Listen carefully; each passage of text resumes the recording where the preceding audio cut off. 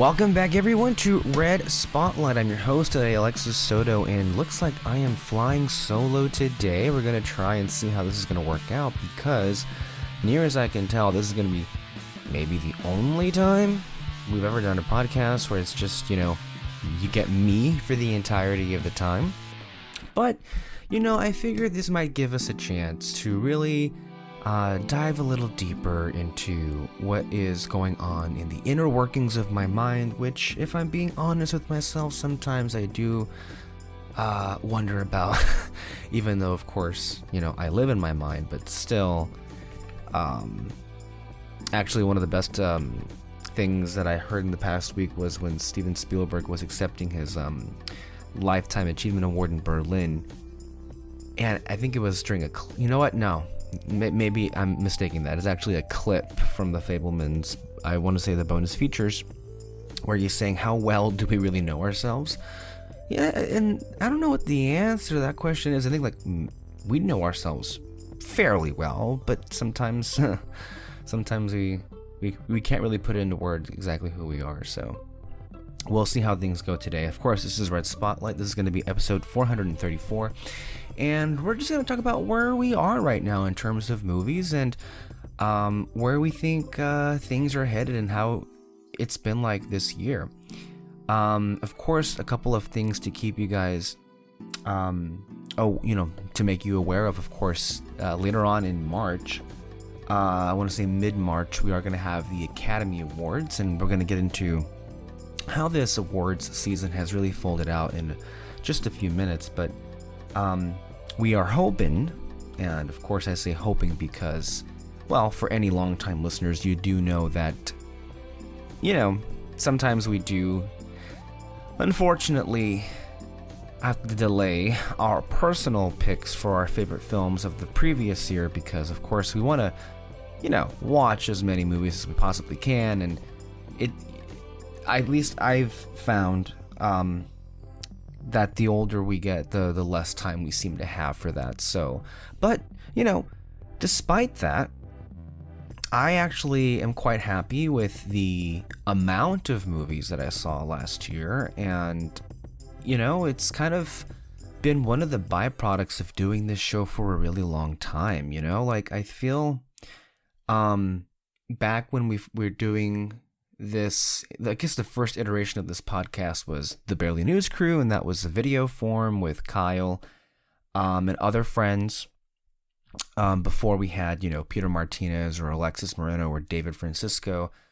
And at that point, I was really diving into film in a much more, I would say, it was with much more of an emphasis on it. I really just wanted to go and see as much as I possibly could. But of course, I feel like where I'm at today and where I was then, as far as the number of things that I venture out to see, it is quite, I would say, a cavern or a mountain of difference.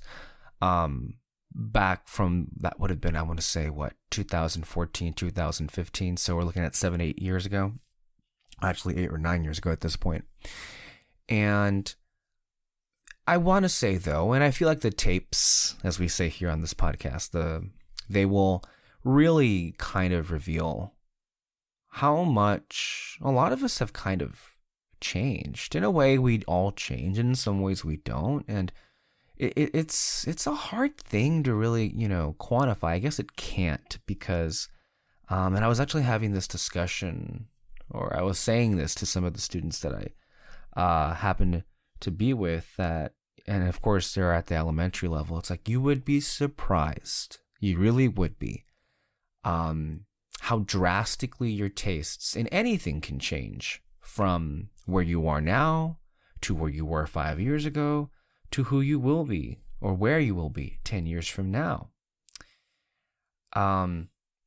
So it's really, I would say, kind of interesting where I've gone. I feel like more or less I still have, a lot of the similar, I guess, interests and stories that I feel like I gravitate most toward in film. I still have that, I'd say, but I feel what's drastically change is the appetite and maybe even the desire.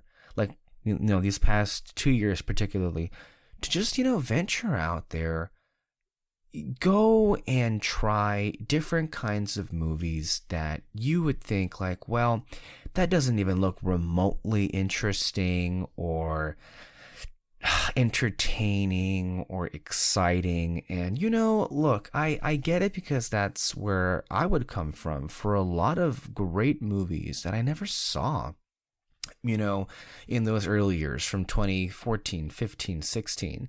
There are a lot of really big films that I'm sure Peter and Kyle, between them, have seen them, but some that have come to mind that I've just never got around to, The Favorite, or Room, or Lion.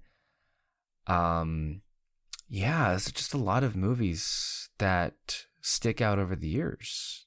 And I don't know, I feel, at least, I would also just want to put in the asterisk, of course, that it was slightly more difficult. I would say a lot more difficult to go out and see all of these things before the ceremonies would happen. And then once the awards season is over, some of these films just kind of like, well, I guess I didn't get to it, and you got to move on to the next thing. So, and even still, I find that a challenging thing. So this, it used to be, I would say, for any normal year, I would see up to 25, between 25 and 45 movies a year. And you know what? I feel like in comparison to the average person, and please do not take this as a condescending thing whatsoever, but I would say that in comparison, that's a lot, because most people, if they go to a theater, back then, streaming was still fairly new, and theaters were very much still king over streaming. Now it's much more of an even playing field. So I guess you have to put in the question now, if you even bother to go see anything in theaters. Well, maybe once or twice now, I want to say that. I think it's been cut in half, because I would say 5 or so years ago, our conventional wisdom, I think collectively our group here was, well, most people would probably go, a family would go maybe 4 or 5 times. And it used to be like, oh, well, that's all the Disney movies. That's why they make so few movies, or at least they release so few in a year, because that's where they would gravitate towards. But because of COVID and because of literally all the other factors involved, even they're taking some hits these days as far as like how, viable their movies are at the box office. So that's definitely changed. But I guess to the overall thing with the awards is now it's a lot easier to see some of these movies now. And that's a con and a pro at the same time. It's a pro for us who, like me, don't have any particular access to see these movies, at the time that they're most hot, at the time where they're most like relevant. But because so much in the industry has changed, so that has changed as well. And they're on streaming, they're on premium video on demand. They're, of course, if they're uploaded anywhere digitally, if it's on streaming or if it's on PVOD, you don't even have to pay, honestly. You can find versions, really good quality versions of those movies if you want to look for them. I'm not going to say where, but I feel like we all are, come on, we're all not dumb here. We know where we can go and find these things if we really wanted to. So that's nice that it's much more accessible, because, I would want these movies to find an audience. But of course, the con there being is, well, that's really terrible for the films, the creators, and of course the financiers of the projects, because they no longer get, well, let's just say if they're even get the privilege to be at a movie theater, it's no longer by any means a certainty or a given that they're going to make anything off of this. And this is, of course, a business. And I feel like so many people, I feel like everybody, come on, let's be real here. I think everybody consumes entertainment. Everybody has a streaming service. Everybody watches a show, movie. But, they put no thought at all into, well, gee, this really must suck for the people who made this, because I'm not paying for these things. That's already taking so much money out of the pocket. And of course, the other side of that argument is, well, the economy being what it is. And I think it's even more, broad than that. The class, or I guess the classist policies that that are brought down that kind of created these conditions. Like the middle class doesn't really exist anymore. It's just more of a second poor class, and the money isn't there, and the prices are going up everywhere, and they have been going up for movies every year. So there's a lot of factors that, it's understandable why people wouldn't care. But at the same time, it just doesn't seem to occur to,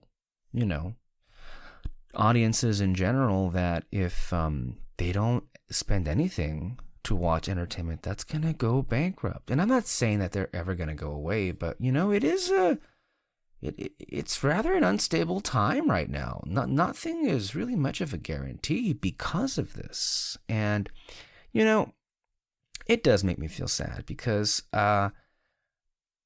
even before my time, and when I say my time, I'm saying like the time that I've been discussing, films and, getting enveloped in them, it used to be, and I think this is a perfect correlation between the decline of the ratings for the Academy Awards telecast. And well, the reason for that isn't so much the star power, it's not the movies themselves. It's more or less that the general audience person doesn't care anymore.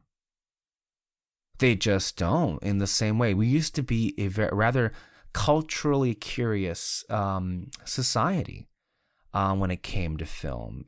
Even the regular guy would look forward to like what were the movies that were nominated at the end of the year and do their best to go and see them. And those were in the days where it's like it was so much harder because, well, I mean, if it didn't come to your town, you just didn't see it and you had to wait for home video.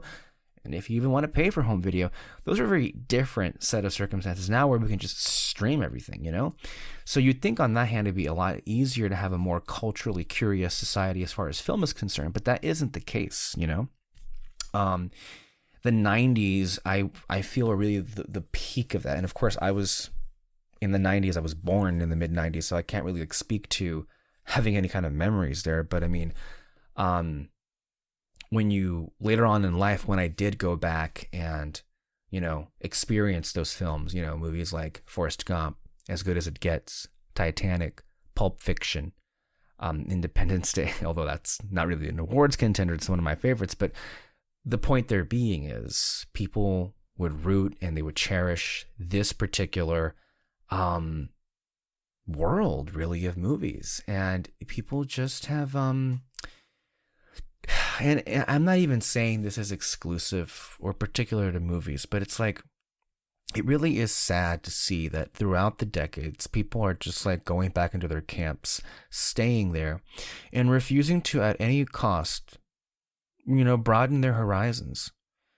And now I could go and, I won't, but I could go real deep into this unless maybe even find a correlation in there with, many of the people today who are complaining that different kinds of races and genders get to have their time in the limelight as far as movies are concerned, and they get threatened because, well, you're taking away stories from white guys.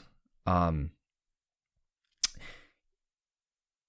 I would hope, I know some people out there were speculating, but I would hope that's not one of the elements at play for why a lot of movies are just not doing well anymore.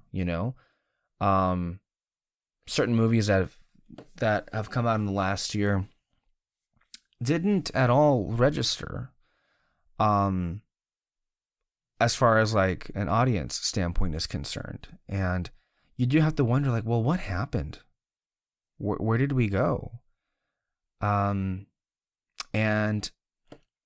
I personally think that, as with rather every single institution in place today, the people who are in charge of those institutions don't have the faintest idea about what to do.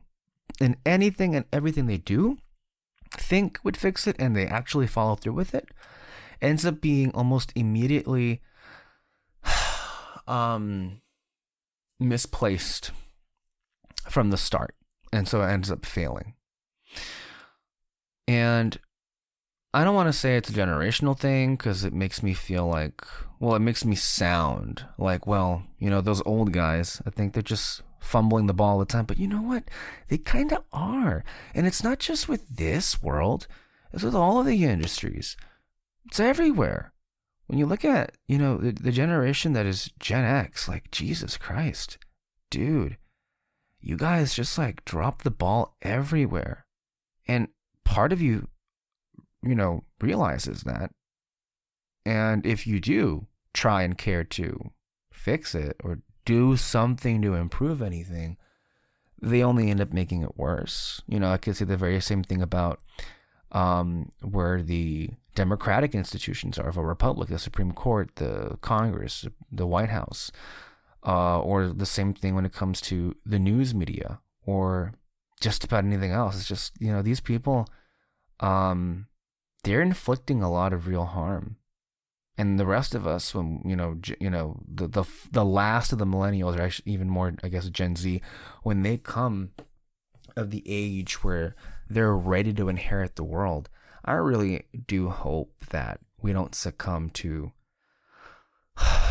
all the crap that they did, because it's just frustrating. Because as far as like film is concerned, there could be some realistic and even aggressive measures that can be taken, but those measures will never be taken because it is not in the best interest of business.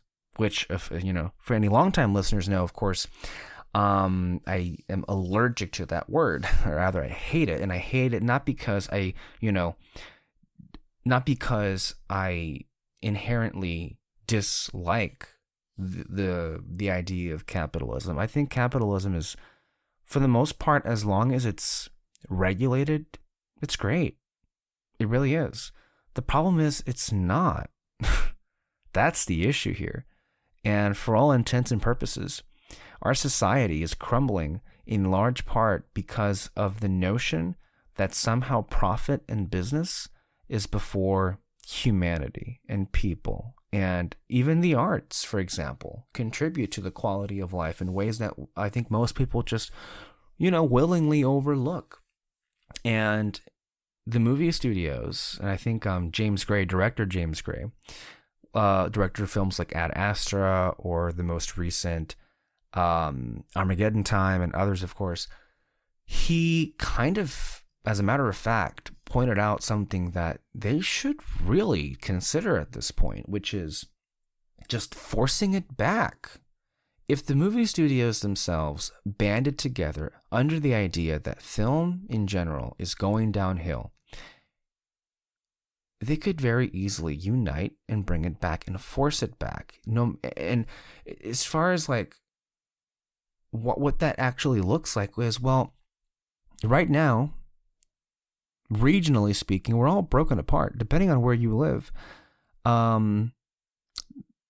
you may not get certain movies sent to you because of some data somewhere that suggests, oh, the people in your area, they're not going to care for something like this. So, and then of course, that's on a micro scale. On a macro scale, it's like, well, you know what, in general, and that's part of the problem too. It's like there's a lot more homogeneity in the taste that people have these days. And in part, it's because they've been trained to do so by the movie studios themselves, in that they only really seek to.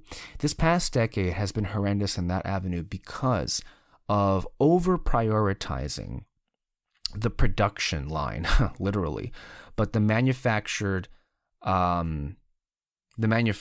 I should say, of blockbusters, and not just any kind of blockbusters, but any blockbusters that emulate the Marvel formula, or establishing universes of their own to really kind of copy Marvel. And, I guess inherently you can't blame creatures of capitalism like they are to go and chase the money, on paper. But in execution, dude, when you just look at like where we are right now and where they are right now, they They're such pathetic failures. And all they've been able to produce is a long list of films that are generic, forgettable, and are I would say the embodiment of movies that you watch in real time. Maybe you have a good time, and then you forget about them. And I can't name one right now because I've forgotten so many. Maybe I can think of Red Notice as one example of it. Black Adam's another example of it. Of course, anything by The Rock, clearly, for sure. But audiences have been trained that these are the films that they most likely will like. I think brand loyalty also has been something that has rather kind of scarily, I want to say, really kind of took off in the last decade. People unconsciously, I say that have a brand loyalty, and they just go back to what they know in general instead of trying something new. Like I myself am somewhat like this. Like I'm very loyal to Apple products because I like Apple products. At the same time, they're kind of crap when it comes to a couple of different areas, and I've been told by my friends that there are better options out there, but do I seek them? No, because I'm more comfortable with what I know. So to an extent, yes, I myself too am a victim to this, but at least I realize it, and I feel like this lack of curiosity, this lack of any interest in exploring different kinds of movies has broken the fundamental taste and perspective of audiences today, because if they see something that's not in their very, very limited confines of what a movie is supposed to be, if it's not something that they would like, or if it doesn't have the sensibilities or the tropes or whatever that they normally would like in a movie, it's just automatically a non-starter for them. And that's depressing, because there's been so many movies that have come out in the last 10 years that, well, I wouldn't even say more, in the last 5 years, that should have hit so much harder, but just they weren't, given the opportunity to. And I just feel like it needs to be brought back by force, but it won't, because it would never occur to any of the heads in charge today as something that was realistic, feasible, or worth putting in the money or time into. Instead, they'll go back to their corners. They'll fund whatever boring, generic, flawed concept or IP that has some kind of familiarity with the public. They'll put all the money into that. They'll release them. Maybe 1 out of 10 will hit. And where that leaves everybody else, who the fuck knows? And, there are a lot of great movies that come out every single year. And one of the things where it's, I would say, having the most amount of impact is you're literally seeing movies disappear off the shelves of the main department stores. That there are huge carriers. You think of Target, you think of Walmart, but more than anybody else, for people who are fans of movies or people who have collected films over the years, there is no bigger name all over the country than that of Best Buy here in the US. And I think what has happened inside the Best Buy stores all over the country is really just kind of the shift that has occurred. What I've been telling you these last 10 to 15 minutes about what's happened, I think this is what's happened. The manifestation of all of that, in that, think about it. It used to be you'd walk into a Best Buy and it was a prime real estate location on the sales floor. And there would be aisle after aisle after aisle of just hundreds of movies, sometimes different versions of movies. And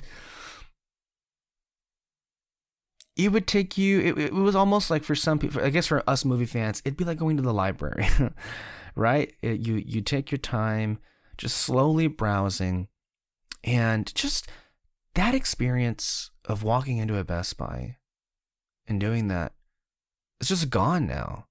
Because over the last 3 years, Best Buy has really all but declared that they're getting out of the physical media game. Discs, of course. Now, this is I wouldn't say it's a different thing altogether. I think it has a lot of carryover. But, of course, with the advent of streaming, the writing was on the wall that physical discs or media were not going to be king any longer. And what do I mean by that? Well, I'm a longtime collector of movies. My first DVD was The Lion King. It was the 2003, I want to say, special edition. And of course, I had VHS tapes of so many Disney films or other materials that, came out in the late 90s. And I, even from a very young age, I want to say it was like the 4th or 5th grade, maybe even 3rd grade, I started collecting, movies. First, it was VHS tapes, DVDs, Blu-ray discs, 4K discs, all throughout the years. That's, and I loved it. And God knows I have so many of them, literally all over my house at this point. Do I use them? No, not really, not anymore. Sometimes I do, actually, but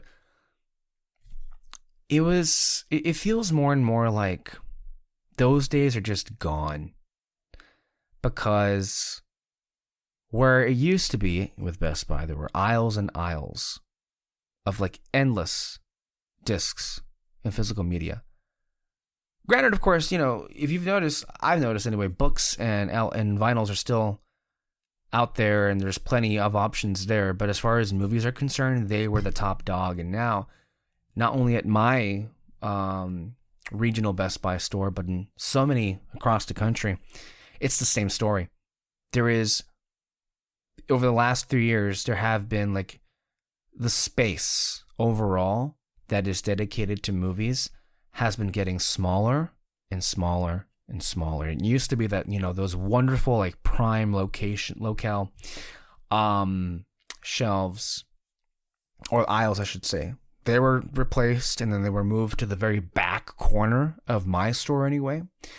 But it was it was decent. It was a good corner. It had 2 different sides of the corner. And then fast forward to a year ago, where like half of that was eliminated. And now where we are right now, a whole, like, one of the sides to that one corner left is almost entirely empty now. In my most recent trip to Best Buy, I even saw some things that haven't been available. And I don't know, I'm getting the impression that they're just getting everything they've had in storage or in the back somewhere. They're putting it all out, and maybe even then about a year from now, or maybe less than that, it's all going to be gone. It's all going to be gone. And that's crazy. It used to be. I think Matt Damon, he was on Hot Ones a few years ago, and he explained this perfectly, in that how important the sales of physical media, you really couldn't overstate how it was as far as, in the industry is concerned. Because again, this is before streaming, but it used to be that if you, as a movie, didn't do at all well in your theatrical run, there was some hope. There was some hope that when you would go to home video, you could recoup or maybe even explode. I think Matt Damon pointed to in his in this particular interview that a lot of films that we today culturally know very well, but just didn't do good at the box office. And so, how do we know them? Because they hit big at home. People watched it at home and got a different audience, and it found an audience. And I know, particularly when it comes to certain television shows, their overall survival, or their longevity, I should say, for some of the most high-profile shows out there really were predicated on the success and the popularity of the physical media sales. Famously, everybody knows Family Guy. Family Guy didn't make it past, I would say, a first or second season. It was canceled. Did you know that? I think most people wouldn't know that. It was canceled. Fox, of course, Fox at that particular era had a penchant for like canceling everything left and right. They're kind of like what Fox was back in those days, what Netflix is like right now, where they just cancel a whole bunch of good shit. That's what Fox used to do. So the only reason it ever came back was because, holy crap, they saw that they were making so much money from those sales. And now a different show that also was on Fox at this time, but it was also canceled by Fox, was Futurama. Futurama, of course, ran for 3 original broadcast seasons. I want to say from 99 to 2002 or 3. And it ended, right? But it didn't really have a proper conclusion. It was just untimely canceled. But throughout the mid and late 2000s era, the show ended up getting a lot of fans through reruns on Adult Swim, which is, guess what, where I originally found the show. And then they got enough of an interest out of that where they thought it was a really good idea to do 4 direct-to-video DVDs. By the way, sometimes that gets a bad rap. Sometimes that doesn't look good. But, for the era in which they were released, I would say that those direct-to-DVD movies of Futurama were actually pretty great. So great that Comedy Central actually would air them on their network and would cut the 4 films into, like, I want to say 16 episodes. It was its own season, basically. And over the years, as I was like playing over and over and over again, I think, if I'm not mistaken, Into the Wild Green Yonder was the last movie, and it was 2008. And either it was that year or 2 years after that, I can't recall the exact timing of it, but Comedy Central announced, it's coming back. We ordered more episodes, and I think it came back for 2 or 3 more seasons, but that's astounding. And I think that also just really proves to you how significant it was. Futurama and Family Guy, 2 big shows, one of which never left the air, and one of which left the air twice, and it's coming back this year on Hulu, hilariously enough. But those shows would not be the behemoths that they are today if it wasn't for their success on home video. And it's really sad how that's just not an option anymore. And you'd think that, well, the physical media stuff was replaced by streaming, and so streaming is now where things get a second chance or a third chance to hit big. And maybe, but even then, is it really on the same level that it used to be or that it was? Probably not. So, yeah, there are a lot of ways when you think about it, movies are just kind of disappearing because people are just losing interest in them. In the last 2 years that I've gone back after COVID, I think most of the films that I've seen in theaters didn't have very many people in them. Of course, with 2021, that was kind of a no-brainer because, COVID was still...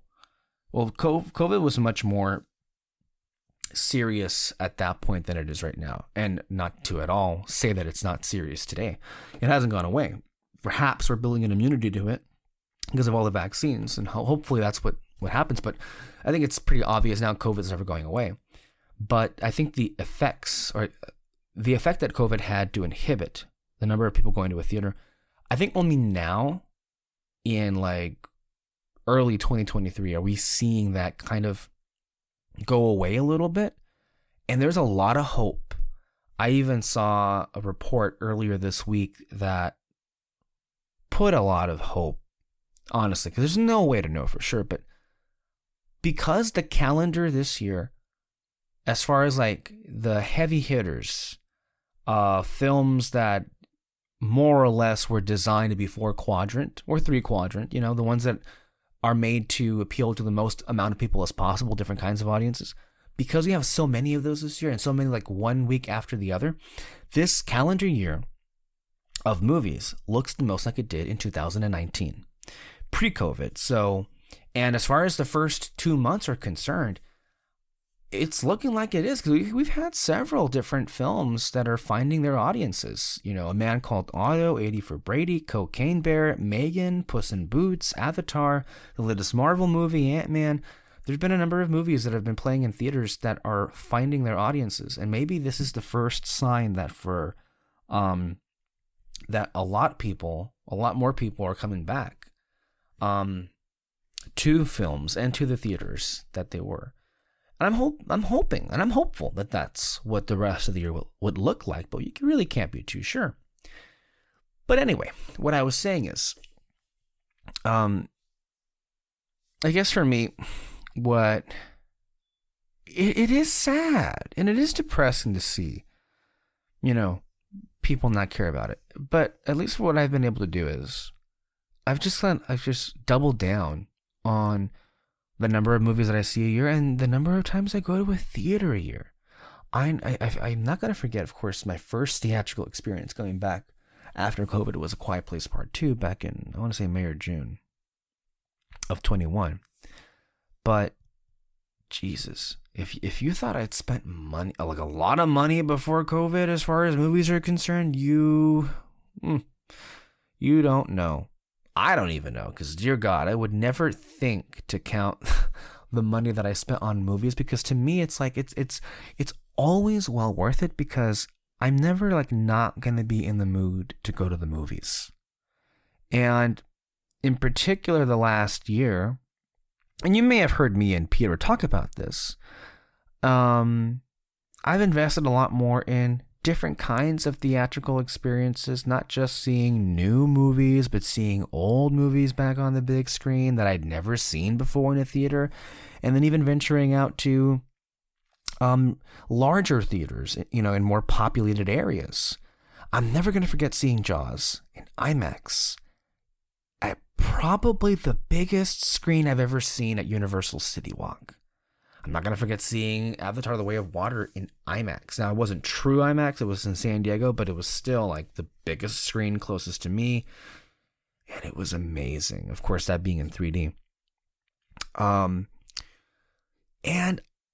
to me, and I can only speak for myself, obviously, here, it's really enriching overall to my quality of life. I love movies. I love going to the movies. And going to them to see them several times. I'm a rather odd duck when it comes to most people, I would say. But I put a lot of stock into the theatrical experience. And anytime I don't feel good, anytime I need something to do, I just go. And that's been my way of kind of like combating the overall depressing onslaught of news as far as the movie industry is concerned. But let's go ahead and get into where we are right now at this latest Oscar season, because it is interesting that we're looking like what are the big stories going on right now? Well, a movie that, now I don't know, it wasn't at all the biggest movie out last year, but it was the biggest film that A24 has ever had. And of course, A24 is very niche. It does not at all make movies that are going to appeal to everybody. But as far as I'm concerned, if you're a fan of just cinema in general, different kinds of stories, you may be a fan of A24. And they had their biggest success ever at the box office last year with Everything, Everywhere, All at Once back in April. And I think what you're going to see is, at least from what the current landscape looks like, next month you're going to see that film be crowned the winner as Best Picture. And at least I've felt ever since November that that's what would be like, because that's the one that feels like a Best Picture winner. But at the same time, because I felt that way, it didn't mean that it was always going to be this way.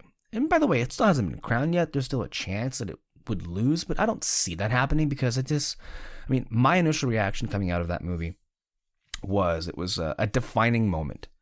It was an instant classic. This is going to be a film we're going to look back on and be like, wow, that captured the moment of where we are and maybe even where we should be going. And it is by a mile. In a year, I want to say, filled with great films. That's the one I feel that screams Best Picture for me personally. Now, where it's always going to come into conflict as to whether or not it would win is because of, well, the overall Academy. The overall Academy clearly has changed. And they've had to have been making some great strides these last few years, because for a film like this to receive as many nominations as it did, but also have a great chance of winning, 4 or 5 Oscars, which would be historic. Well, not historic, but in the modern era, it would be historic for sure to win that many. But this kind of movie, you think of the average Oscar voter is like an old white guy. You look at the other nominees, they'd probably go for more like Top Gun or Fabelmans. But this movie, it's strange. And also, I also want to say that it's just strange, right? Because, they only just gave Coda Best Picture last year. And that movie is far more their speed. Some of the recent changes and recent winners is that some international films like Parasite have won. Or international films in general have been getting nominated a lot, like Roma, which almost won. Or Another Round, or Drive My Car. So another way is, films that you wouldn't necessarily think I think Parasite, Nomadland, and Shape of Water are all examples of movies that won Best Picture that I don't think would have won in the early to late 2000s. So in some ways, there is a bit of diversity in the kinds of movies that are winning. But then again, you also have your Green Books. You have your Codas. Bohemian Rhapsody didn't win Best Picture, but it did very well. Who knows? If it got more time, maybe it would have won Best Picture. So it's interesting, right? I don't know. I feel like when it comes to awards seasons, it really depends on the kind of year that you have. Either it's the year where, I think every year there's a bunch of good stuff that gets nominated, but sometimes it's unfortunately accompanied by the wrong particular people who are winning. And then some years, oh no, they got a lot of this right. And as far as last year was concerned, well, I wasn't very happy. I don't think, let me see here. And again, everybody's tastes are different. Everyone's going to have a different viewpoint as to whether or not the winners were great themselves or not. But I think my overall thing is there's a good year and there's a bad year. I think in 2020, there was a good year when you had winners like Chloe Zhao, Frances McDormand, Anthony Hopkins, Daniel Kaluuya. Great winners there. Last year, well, we had Coda, which won Best Picture, which was embarrassing, personally. Janie Campion, which, you know what, I'm not angry at, but it's she's far from the most exciting choice in that category last year. Will Smith, the slap notwithstanding, I certainly don't think he was one of the better performances that year. Jessica Chastain, gee, fuck, the winners sucked last year. Oh my God, I'm just realizing that. God, who won some... Yeah, you see what I'm talking about here? 1 year the winners are great, and then the next they suck. And then of course in 2019 it was amazing with Parasite sweeping. Then 2018 it was crap, because then you had Green Book, Black Panther, Bohemian Rhapsody. What a fucking trifecta right there of movies just claiming a number of awards that don't deserve it at all. Then of course 2017 was amazing because you had Del Toro's first Academy Award for directing. Then of course picture for The Shape of Water. You also had Jordan Peele win for Get Out, which was very, very exciting. So yeah, it's we'll see what kind of year it's going to be like this year. And as far as like, how do I feel about where the awards season is right now? I gotta be honest with you. I'm conflicted. I'm very conflicted. I'd say on the whole, as I've been saying for these last few months, I think this is very easily, in almost, if not already, 10 years of following awards seasons, the best because of the nominees themselves. You know, we'll get to winners in a bit, but the nominees themselves, I think, have been outstanding. When I look at, and of course, I feel like more this year than any other year, I can be a far more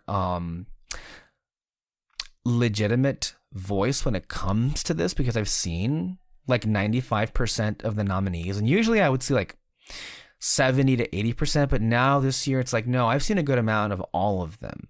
And, you know, not just, you know, even the short films and the documentary movies and the international films too. So more so this year, I'm very familiar with all of the nominees in the work. And of course, how I feel about all of them. And I just think it's been outstanding. It really has been. Now, of course, there have been some notable exceptions. I'm just going to say, I mean, some of the things that I don't understand that haven't been hitting harder. For example, Billy Eichner's movie Bros, I thought it was terrific. It's one of my favorites of last year. I think it's a great comedy.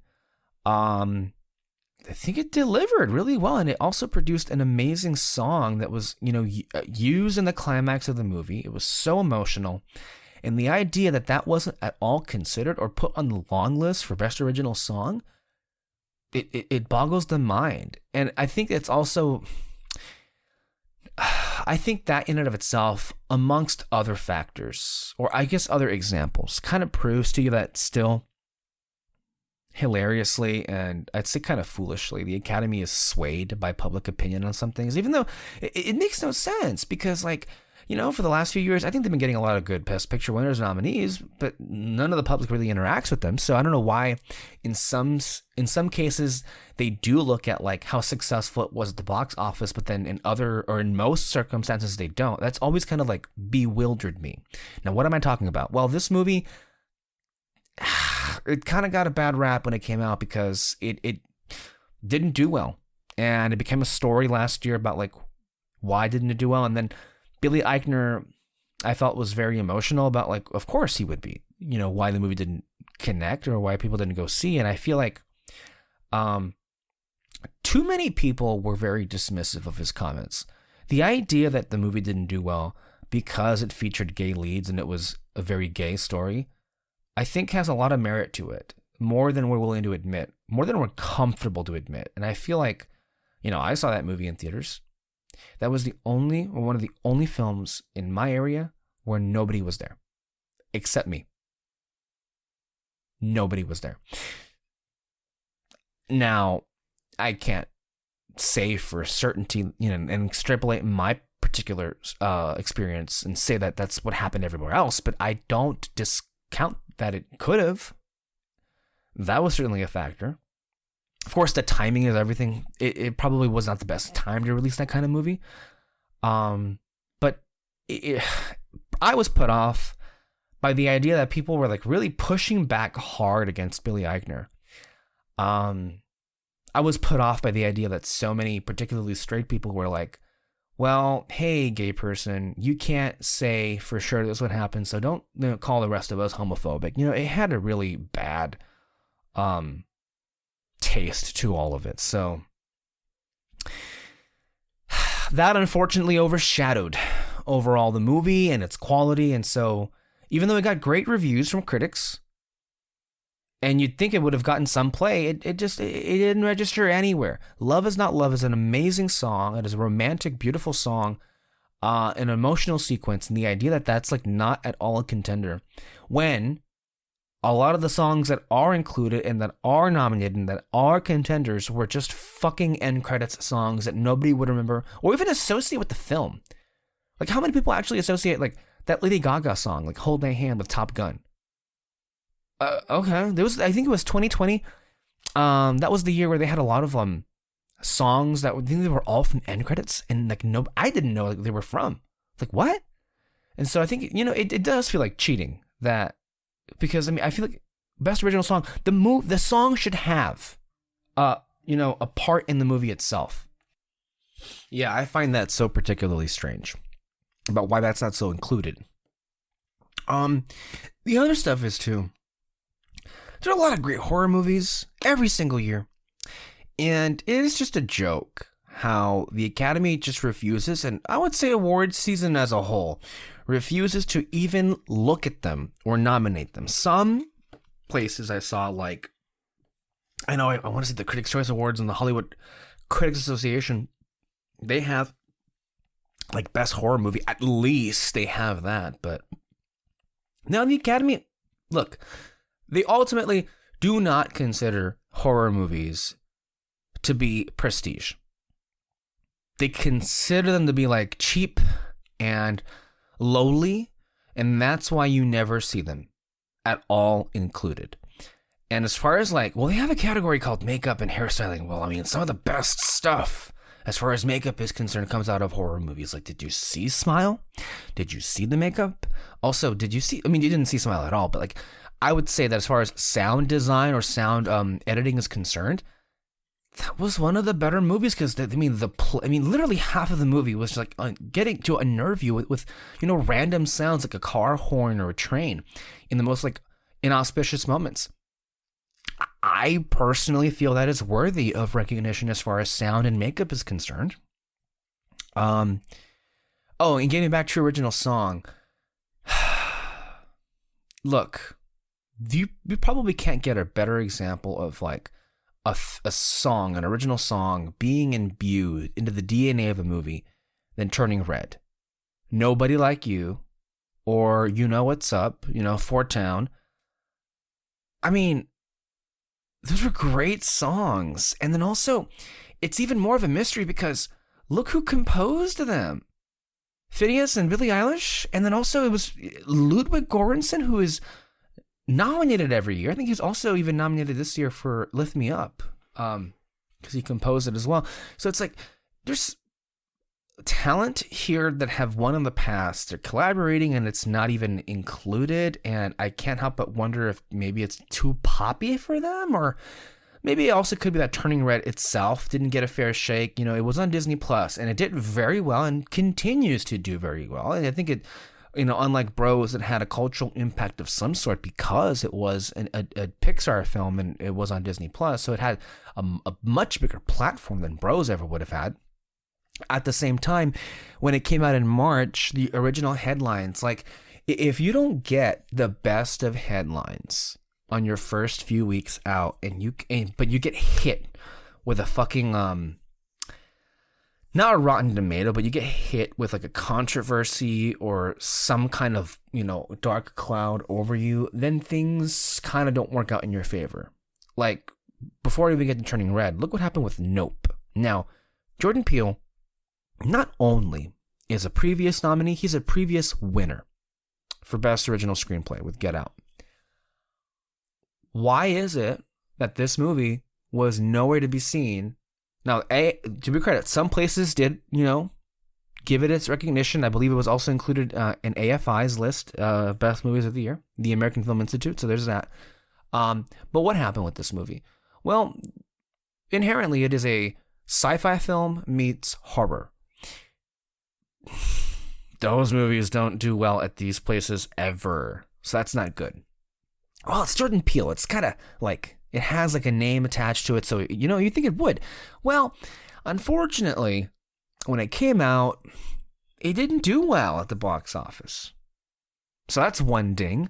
The other ding is it was met with probably the most important aspect of this is like it was divisive. I have faith that the film ultimately is going to be looked back on quite fondly. Now, granted, of course, we here at Red Spotlight, we could be some odd ducks sometimes when it comes to our opinions and our preferences. I don't think you'll find many people out there. Or maybe you will, who knows? But I think, for me and Peter and Kyle, we love Nope so much. It's our favorite of the Jordan Peele films. And that is sacrilegious to say when, of course, Get Out is out there and it exists. But the idea that this wasn't at all nominated, I mean, it could do very well with the idea that it just didn't get the best reception initially. And with there being so much competition every year, if you get, a series of bad headlines or a bad reception at first, it would take a lot to really counter that. I would say for the eyes of a lot of Academy voters, or maybe a lot of industry voters, it's like okay, we can cross this one off the list. We don't got to worry at all about it. So it could very well most likely be that, because if we're being serious, the idea that Nope isn't in consideration for awards like screenplay or sound or score or cinematography or visual effects or editing is insane. But that's where we are, right? But back to the original song. I mean, look, Turning Red overall is, I think it's also going to be one of these movies that we're going to look back on very fondly. I think quite easily. Turning Red is one of the best Pixar films ever. Between Turning Red and Luca, I feel like you've had, and you want to, account for Disney animation, you also put in Encanto in this, but you have very personal stories with both of them, and I think with Turning Red, it is very much a coming-of-age film like Luca was, but for, where Luca was a coming-of-age film for, I would say, 8 to 11-year-olds, I think Turning Red, with a particular gaze on girls who are entering womanhood. I think the main characters are like in 8th grade, so it is, in my view, I was able to watch this movie, never having been a little girl, having gone to the things that they usually go through, and relate so much to the emotional arc and relationship, of course, that May had with her mom. And I feel like I'm able to do that because I'm a human being. And the idea that this movie got hit with a bunch of bad reviews and controversies because people simply either weren't interested or couldn't connect with it, or they had their own ridiculous problem with it, which was, it talked about periods, so banned. Okay. It's just really annoying that idiots get a say in what content or what stories end up being fondly remembered on, because every single time, and even it happened with Woman King, it got this controversy, and it's dude, why do we have to go through things like this, especially when it's it happens to a lot of good movies too. That's a whole different thing. Goodnight Oppie, I thought, was a rather good documentary, and the fact that it's not even included because it was the front runner at one point.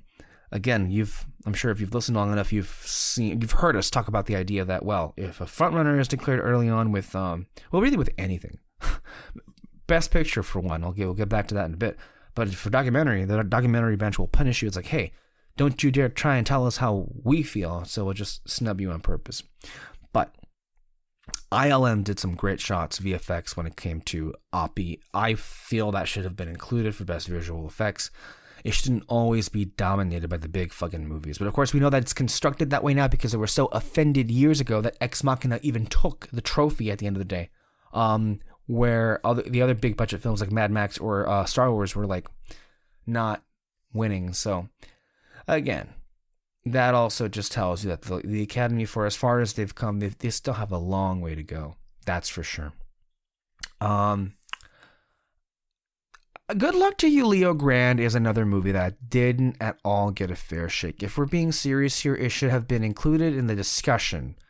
Maybe it might have been too challenging for as far as to be finalized, but I think as far as screenplay is concerned and Best Actress with Emma Thompson, that film should have been in consideration. Emma Thompson is great in everything that she does, but she was especially vulnerable in this film. And to me, the overall subject matter, while on its surface, I think would be easily dismissed as crass, is actually quite universal. And it's also quite interesting what a society with a more sex positive attitude would look like that wasn't so judgmental about that at all. It had, for my money, it had a lot of really interesting things to say. And so the idea that that's not at all one of the films that we're talking about, it's crazy to me. Yeah. Yeah. Pinocchio not getting into song is also stupid. I know people have this idea out there that it's like not good, or at least the music in it is not good. And I'm like, dude, you need to wake the fuck up. Like, Pinocchio had an amazing score by Alexander Desplat. He should have been nominated for score. And also the songs, Ciao Papa at the very least. How do you not nominate that? Yeah, that was strange. And also Pinocchio overall, like, the craft on display to put that movie together, it should have seriously been in the discussion for visual effects, for production design, for editing. Those are some clear ones. I would say that it would, or maybe even fucking directing. Because, like, can you imagine directing a stop motion movie? Like, come on. Just like, at least discuss the idea. So yeah, those are certain things or certain projects that should have been in this in the conversation from the start, and that just fizzled out or just never materialized. So there's that. I was very happy to see, though, the Hollywood Critics Association recognized Rian Johnson. They give him an award for his body of work so far in 20 years. He's one I feel like we take for granted because he consistently makes great projects and somehow they end up being overlooked. It started off when we hit November and the movie Glass Onion hit originally, and people were responding to it so well, it looked like, fuck, maybe we do finally have a Rian Johnson film that could contend for Best Picture. I don't think any one of his movies has been nominated for Best Picture. Like, not one. Supposedly, some people were saying that Knives Out almost was nominated, but I don't know. It only received a single nomination in 2019 for a screenplay. And then, of course, this year, it only received, the sequel, Glass Onion, only received a single nomination for screenplay. So at the very least, I'll congratulate or, applaud the writers branch of the Academy for consistently recognizing Rian Johnson's true genius when it comes to writing. But as far as all the other branches, like, what the fuck what's wrong with you? These are great films, and with Glass Onion in particular, I mean, that was one of the more relevant movies that was released last year as far as its subject matter and its commentary. So riddled with amazing social commentary, and the idea that wasn't a major player.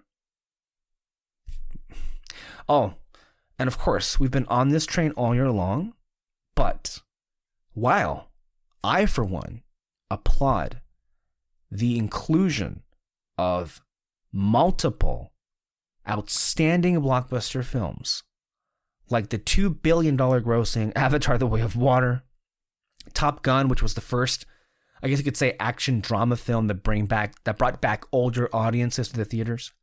Black Panther: Wakanda Forever, which is certainly one of the better made, from a craft standpoint anyway. Marvel films. How it is that of all the movies to not have ever at any point been in the conversation was the Batman. Like, it's the fucking Batman. I think there are several qualities in the film that were certainly firing on all cylinders, that were definitely worthy of, at the very least, a conversation. Now, Logan, do forget, a few years back was nominated for screenplay, so that got close. But Batman, I mean, I think it got a visual effects and a sound nomination, but it didn't get a cinematography for Greg Fraser nomination, and he won last year for Dune. I certainly felt that he should have not only been nominated, but also be winning that category. He wasn't anywhere near the picture. Michael Giacchino perhaps delivered his best score, certainly from a live action standpoint. You know, he has amazing classic animated scores, but for live action, it is an anthem that blares through that film. It is a character in it into itself, and that not being nominated? Really? Well, what about the amazing performance? I mean, Colin Farrell was nominated this year. Paul Dano was nominated at other places. But, you know, they both turned in amazing performances in The Batman for Penguin and Riddler. So, I don't know, man. That kind of like rubs me the wrong way. Because it's like, well, you could also say, well, you know, it came out really early last year, Alexis. Sure it did. But you know what else also came out really early last year? Everything Everywhere All at Once and Elvis. Relatively speaking, came out way earlier than what most of the films that do really well. Now, between... well, I don't know. It was like 14 nominations for Everything Everywhere. Wait, no, I'm sorry. It was 11 nominations. 11 nominations for Everything Everywhere and 8 nominations for Elvis. And, you know, that's like a lot. So what happened with Batman? Well, the sad thing is, even if Avatar, Top Gun, or Black Panther didn't come out, it still wouldn't have even come close. Which is strange, because usually speaking, Batman movies or Batman adjacent movies have some success at the Academy, particularly the Joker. 2 people won Academy Awards in the past for playing the Joker, Heath Ledger, and it was a posthumous win. He wasn't alive at the point to accept it, but it was also Joaquin Phoenix who won for Best Actor. So it's like, these movies usually do well. What happened here? I don't know. And sometimes there's no explaining it. That certainly doesn't excuse it, but sometimes there's just no explaining why certain things hit and certain things don't. It's strange, I would say anyway. So yeah. But how do you feel about where things have kind of lined up? Well, Avatar: The Way of Water, we'll start off with that one, because it's strange. I think Jim Cameron is one of the most brilliant people alive today, certainly working in film. He produced not 1, not 2, but 3 of the highest grossing movies of all time. 3 of which are in the top 4 highest grossing movies of all time. Now, he's already won Best Director and Best Picture for Titanic back in 1997, I believe. He was also nominated again for both directing and picture and various other awards for Avatar 1. And this year, played out a little bit differently. And I can't really, I guess, assign any kind of rationale for why that is, aside from the fact that some people, for whatever reason, are not crazy about Jim Cameron. And please keep in mind that quality sometimes is kind of an afterthought. Sometimes, not all the time, but sometimes it kind of is an afterthought as far as like who gets nominated and who doesn't, who wins and who doesn't, because if enough people who are on these committees or are in these groups don't like you, watch out. And we've seen already several times this award season prove itself to be that way. So with Jim Cameron, I don't know what happened. I feel if you direct one of the biggest films of all time, and certainly from my perspective and the perspective of so many others, produce the best looking movie ever made from a visual standpoint, I would think that in and of itself constitutes a spot for you when it comes to best directing. And he wasn't. And that is quite mysterious to me. I believe altogether the film received 3 or 4 nominations, which seems a bit low for my taste. But Black Panther got more nominations than Avatar. Excuse me? Yeah, I don't get it. But I think either it's going to win very easily, I would say. Visual effects, anyway. I already mentioned Del Toro's Pinocchio. That will win animated feature. So that's good. I imagine Top Gun is going to take sound and maybe something else, but I don't know quite what that would be. But yeah, quite strange to me. Also, what's really been strange is why am I conflicted? Well,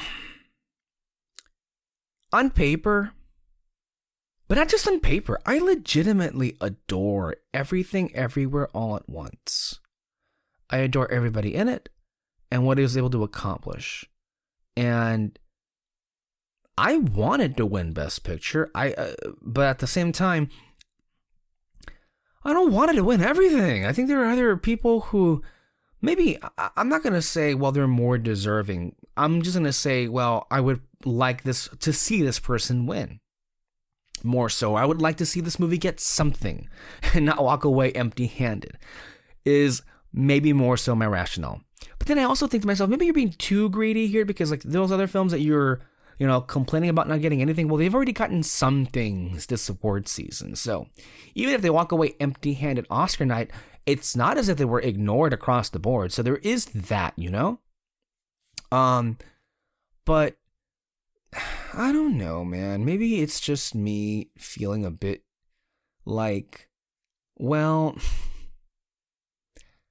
I love the movie. I love everything it stands for, but like, I'm already getting tired of seeing it win. And not that it's even won everything, but I think where it gets a bit awkward for me, and I felt like it was always heading in this direction, is that the best movie of last year, and certainly one of my favorites of last year, I can't really reveal which way or the other I like more, because we have a whole show dedicated for that, which will come in a few weeks from now. But that is ultimately always going to rub up against the movie, which unto itself is one of my favorites from last year, directed by my favorite director of all time, my favorite director who I personally identify with so much as a human being, and whose film in and of itself reminded me so much of who I am and what I've been through. It's awkward because I want them both to win. I think they're both deserving. And whereas I've seen nothing but praise for Everything Everywhere as it's deserved, when it comes to The Fabelmans, I have seen quite a number of rather tepid responses, if not overall responses that are quite ambivalent. And look, again, as with anything, everybody is free to think what they want, not like something or like something. It's fine. I get it. And that, by the way, isn't also to suggest that it hasn't been doing well, but like, I have noticed that I would say at the very least half, if not more so, of the pundits, who are these people I'm talking about? Well, places like awards or Next Best Picture or Gold Derby, a lot of the people who they have on, or Film Drunk or Brother Bro, whatever it is, I have noticed a rather their response to the film wasn't great. And when it's come up in conversation, it's usually belittled, dismissed, laughed at. I don't even know how or why that would be the case. But if you listen to these people talk about the film, you'd think that it's just like gotten nowhere.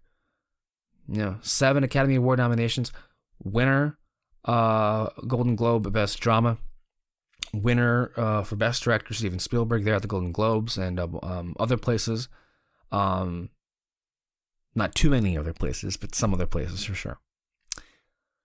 And then when you take a step back, because I've seen 2 podcasts this week kind of ask the question with no one really mustering an answer, or maybe even much less caring to answer the question.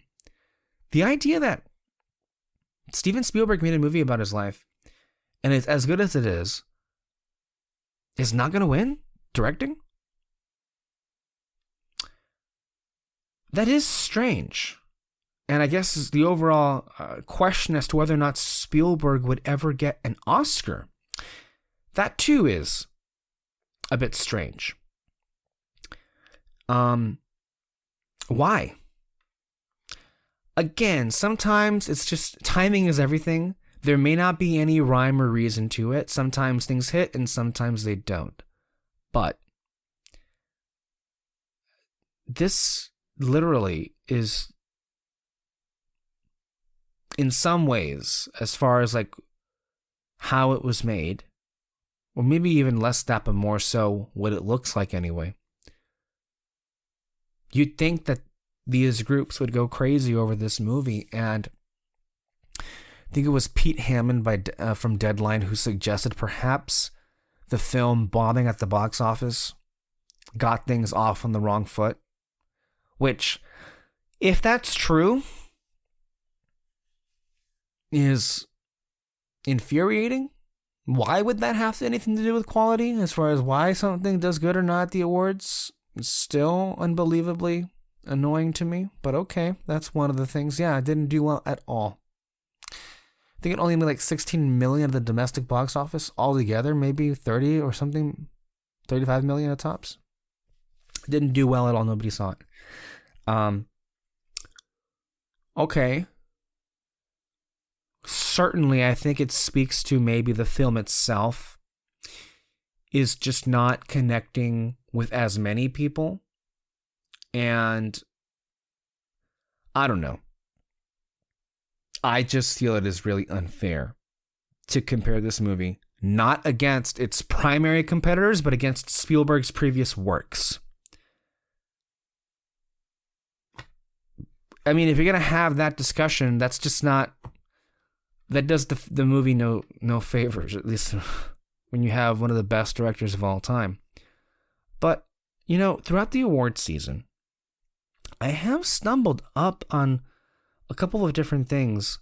Well, one of the prevailing questions is, why is it that this man is not more awarded than you'd think he is? He's only ever won twice for directing, twice for picture at the Academy Awards. Now, it used to be, that's like, well, I mean, how are you complaining? But, Spielberg's been making movies a long-ass time. It really has been. And I think him winning at the Golden Globes was the first televised victory he's ever had in 20 years. Yeah, that's a long time. And who do I blame? Well, I think overall, what are the reasons why the film isn't doing well? It didn't connect universally the way even West Side Story last year did. If you're comparing the movie to his previous works, it's not as beloved. I'm not going to say it's not as good, because I think it's amazing, but it's not as beloved, sure. And the film is a slice of life film. It's a lot like Licorice Pizza was last year, and that did well, but it didn't win much of anything. I think for that very reason. And some people just have this thing against like slice of life films like those. Okay, well, okay, those are some of the aspects of it. The pundits themselves didn't care for the film, and I think Lon Harris on Twitter pointed this out, that the industry and the voters themselves pay a lot closer attention than we often sometimes think they do in terms of, in watching the pundits discuss these movies. Because it's been a long known fact that, a lot of the members don't exactly watch all of the movies. And so what's the best way to kind of catch up with what's in and what's not is watching their videos online and their podcasts. And that does have an influence. It definitely does. And to say that, a lot of them didn't care for the film, does it color how they talk about the movie overall? Yes, it does. Does it have an impact? Of course it does. So that's one of the things. And it's been continuously left out of the conversation. So, again, that does it no favors. We still have to see how the Academy plays out, but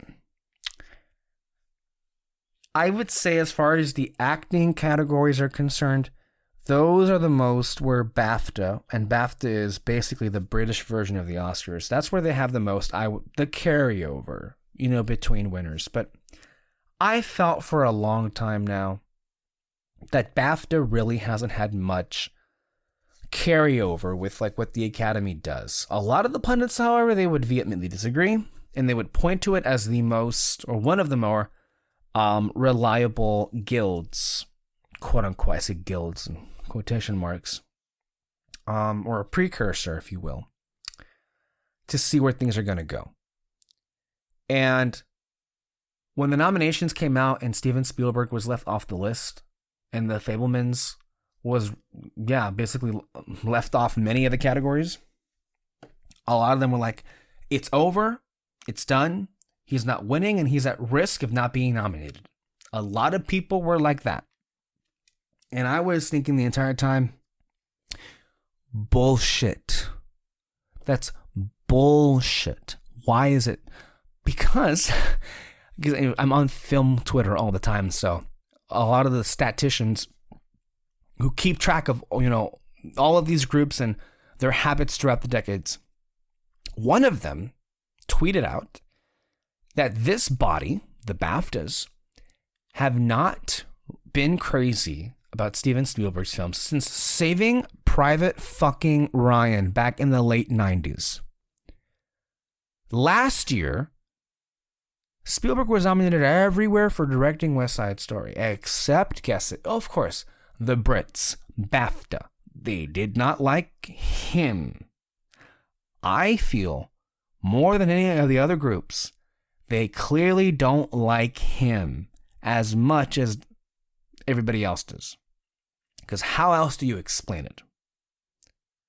Right? And a lot of these pundits didn't, in their podcasts or on their shows, take the time to even have that distinction.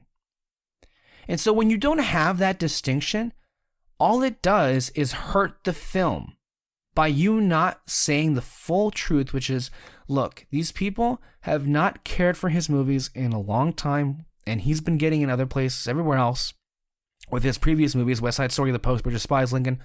Why would he not be included? Duh. But that has a great effect to it. So I never really thought the BAFTAs, and because of the whole jury system, it's hard to even consider them a reliable precursor. Then, of course, the ceremony happens last week, and guess what happens? Pandemonium! Chaos! Oh no! Oh no! Look at all these different winners! And then, of course, and it always pisses me off, so many of these people, now, I listen to a lot of them. I do not for 1 second doubt their love of movies and their love of talking about films. And at the end of the day, that's what they're most concerned about.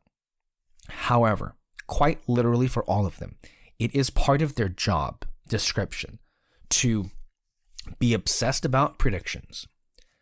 And many times, it comes off as if that's what they're only ever concerned about.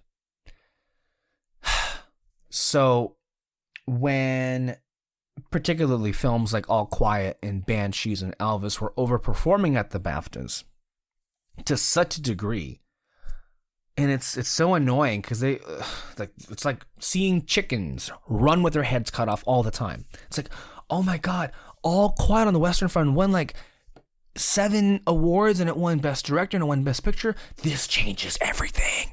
And it's like, no, it doesn't. No, it doesn't. All Quiet on the Western Front was not nominated for Best Film by literally everybody else. The only people that ever nominated for Best Film was the BAFTAs, which historically they're far more biased toward the European movies, which that is. And the Oscars, which, to credit some level of, legitimacy to this notion that BAFTA and Oscars have a carryover of members, and perhaps that could be why it did so well with nominations, because maybe a lot of BAFTA members themselves are Oscar members. But nobody else cared for the movie. Nobody else nominated it. So even when the long lists came out and it was all over the place, the idea that it's a serious contender when it was snubbed by SAG, PGA, DJ. Yeah. I feel the overall reporting, quote unquote, and commentary on BAFTAs needs to be reevaluated, especially because it has no business as far as I'm not talking about the quality. I'm talking about its overall performance this award season and who's not included in. Enough people, most groups, have not included the movie. It is not going to win Best Picture. It's not even nominated for Best Director.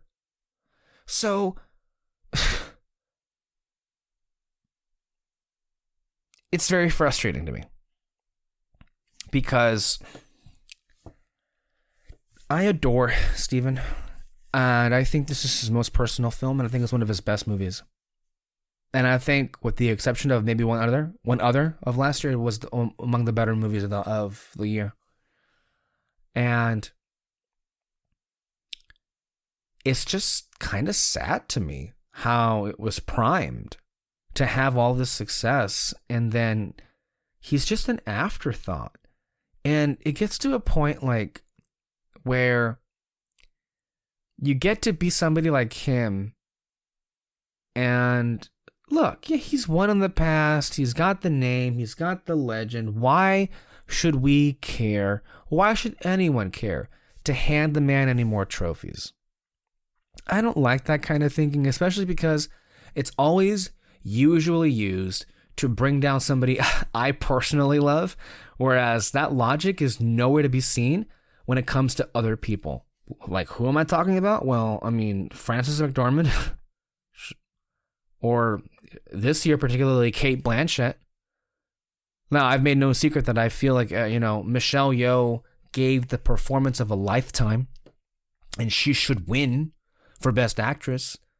Cate Blanchett, in any other year, should clearly be the one that wins, but Cate Blanchett has already won twice. She does. I mean, again, if you're saying that Spielberg doesn't need a third Oscar, and if you're not saying Cate Blanchett doesn't, I would argue that really speaks to you're just playing favorites here, which is what the ceremony is. Well, this award season is to begin with. But, yeah, it's kind of sad because if Steven can't win for this, he probably is never going to win a third Oscar for directing. Which is depressing. And that probably means that him getting up on stage at the Globes and accepting for directing a picture, most likely the last time I'll ever see that, or he'll ever see that. Yeah.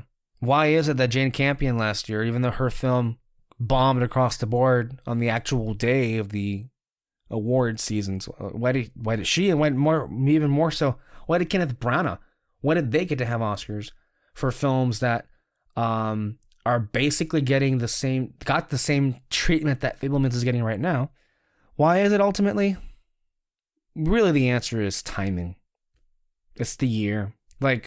There's no real good explanation why it was that Rocket Man from a few years ago and Taron Egerton didn't get more accolades when films of that very genre, like Elvis this year, that's another film that I'm really? I mean, it's good, but why is it getting all of these fucking nominations and wins? Yeah. That's why the losses over the years are really hard to not take personally when it always feels like it's directed at you. In this case, it feels that way. We've gone full circle. 10 years ago, somebody asked, literally, I think, on the podcast this past week, yeah, maybe Spielberg should have won after all for Lincoln. Oh, now you're saying it, even though Affleck wasn't even his competition that year because the Academy snubbed him. And so you give it to Ang Lee of all people. And you know what? Good for Ang Lee. He deserves his Oscar. But like, it just goes to show you that people like Spielberg are often just not prioritized because of, I would say, the reputation. Even when the work is there to justify the win, it's just not going to be the case. But I guess, hey, at least he's invited to the party, right? At least he keeps being asked to come back, even though while people would rather he not be included at all, which I don't know. But you know, The Fabelmans as a movie captures so much about Stephen or Sammy Fabelman as a person. I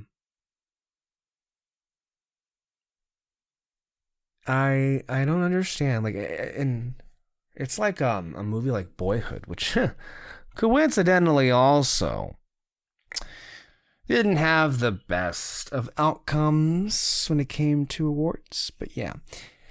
So ultimately, that's why I'm a little bit awkward about and not knowing what to feel, because I want Everything Everywhere All at Once to win big, but I also want Steven to win, and I also want Martin to win because I love the Banshees. In my preferred world, screenplay should go to Martin for Banshees, directing should go to Spielberg, because that was one of the best directed movies of last year, no question.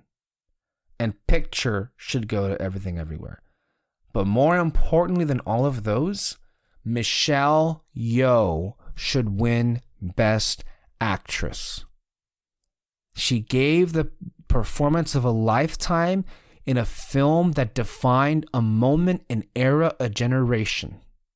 You don't get too many of those anymore, much less the opportunity to actually award them. She probably is never going to be nominated again. She should not lose to someone who would be collecting her third Oscar. Let alone, of course, the diversity questions when you dig deeper into this. Oh, yeah. We'll give it to the white woman again. Yeah. Not very good optics overall. And I have noticed, again, why do the BAFTAs get a pass? The BAFTAs not nominated. The BAFTAs awarded only white people. All of the winners were white. Not a single person of color. The Golden Globes, however, that was a very different situation. But for some reason, they're the organization that gets slapped with racist, irrelevant, even though their wins were far better than the BAFTA wins. So again, I know my group that should be discarded, but I'm not gonna. I guess I'm alone when it comes to that. But yeah, let me actually just see right now in real time. Because right now, the night that I'm recording this, the Producers Guild of America announced their winners, and if I'm right now opening, let's see here, Film Twitter to tell me what happened. So the Producers Guild of America, it was going to come down between Everything Everywhere All at Once, and people were highly speculating Top Gun Maverick, because that is such a producer's movie and it quote unquote saved the cinema. So if any place was going to award, let me see here, Top Gun, it would be these people. And so at the moment, I'm trying to see which direction it went, but overall, it seemed as if Everything Everywhere would win. Let me see here. And Tom Cruise, of course, is going to get a lot of love here. I don't think... Let me see here. It doesn't seem as if a winner has been crowned yet, which is odd to me. It may be imminent, so I'm going to keep an eye out for that. But ultimately, I felt ever since the Oscars revealed the nominees, I think the race has been pretty easily over. So, yeah, that's the season this year, and so I guess we'll see where things go from there. Let's see here. We also had a quite dramatic drop-off of support for Marvel. And, yeah, Ant-Man and the Wasp: Quantumania is not a good movie at all. And it's looking like it's going to fall 72% in its second week. It made about $100 million in its first week, and its second, it'll be like $30 million. Good. Last podcast, we really went into depth about all of the problems that are kind of coalescing with Marvel Studios, and I think they're due for a wake-up call. Kevin Feige himself is due for a wake-up call because his approach to making movies is crumbling before his very eyes when the audience is not responding to them nearly the way that they used to. And even more so when you think about what's come to light this past week. I mean, there's a lot of things that I read this week that really just kind of like it makes my head hurt, if I'm being honest with you. But it also just the more stuff you hear about what's being planned with the future of Marvel films at that place, the less, at least for me anyway, the less interesting it seems to get. For example, this week, I think I saw something that said to the effect that Shang-Chi the sequel, by the way, I didn't even like Shang-Chi. I know every Marvel fan loves Shang-Chi. I argue they love it because everything else around it, to their sensibilities, didn't hit as hard. So that's why I think they like it so much. But I've tried with that movie several times. The first time I enjoyed it. The next few times I enjoyed it even less.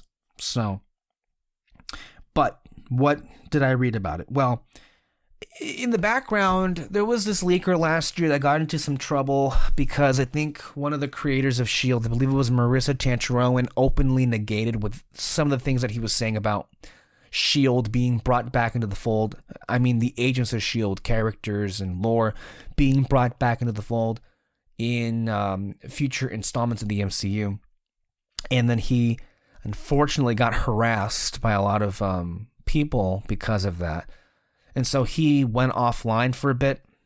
He came back. I don't think some of the stuff that he was saying was obviously inaccurate. But of course, most of these people who prop themselves up as scoopers have some kind of inaccuracies in their reporting. But some things are true. And as we've talked about on this podcast in the last month, with Grace Randolph being the one that seemingly has 100% track record when it comes to her Marvel scoops, confirmed that Quake, Daisy Johnson, portrayed by Chloe Bennett on the 7-season S.H.I.E.L.D. series, would be returning in some fashion, although she didn't know when or where. So, to the rest of us here at Red Spotlight, that's good enough for us to consider her like that. Okay, that's been confirmed. And that's been a rumor, to be fair, that's been in the works for years now. And we've been talking about it for literally at least 2 years at this point.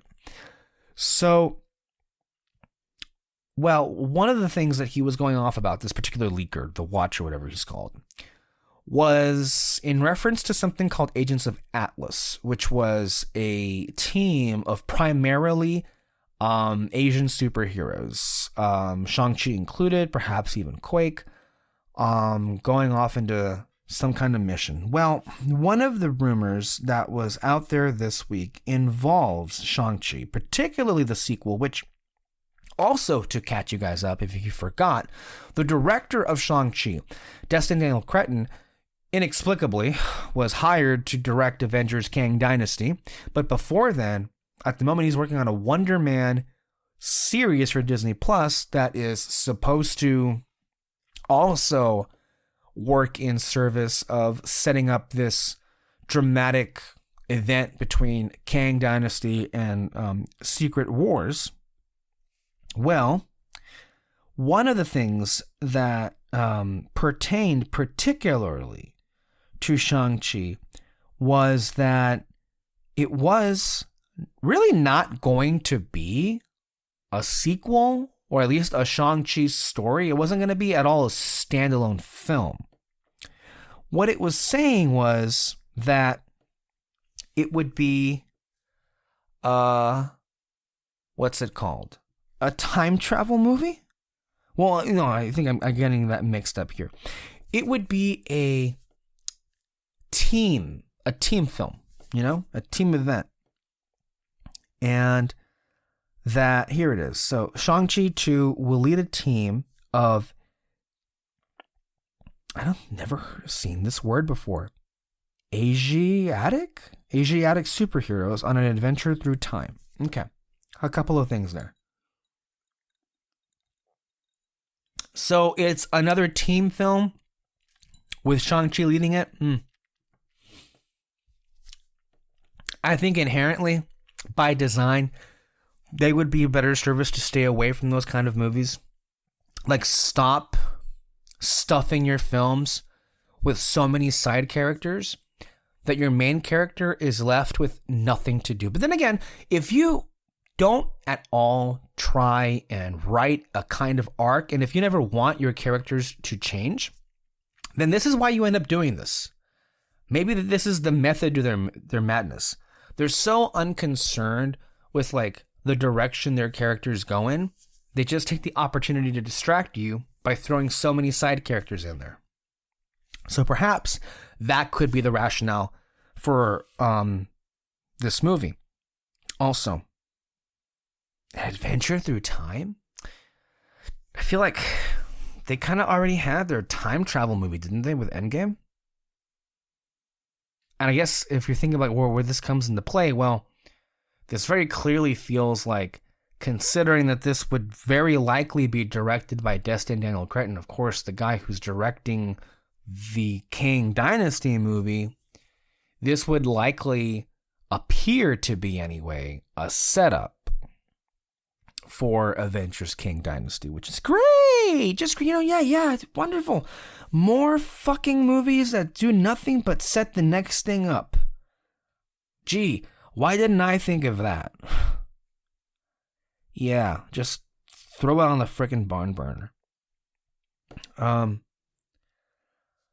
So that happened, and then there's evidently reshoots with Secret Invasion. I don't know how true this is because it's supposed to come out in May. It's going to be March right now, so I don't know how true it is. But then again, they do reshoots so close to release anyway.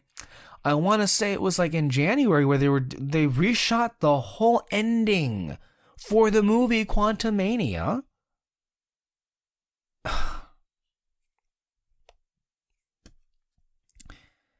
You can tell, obviously, that I'm really frustrated with Marvel movies at this point.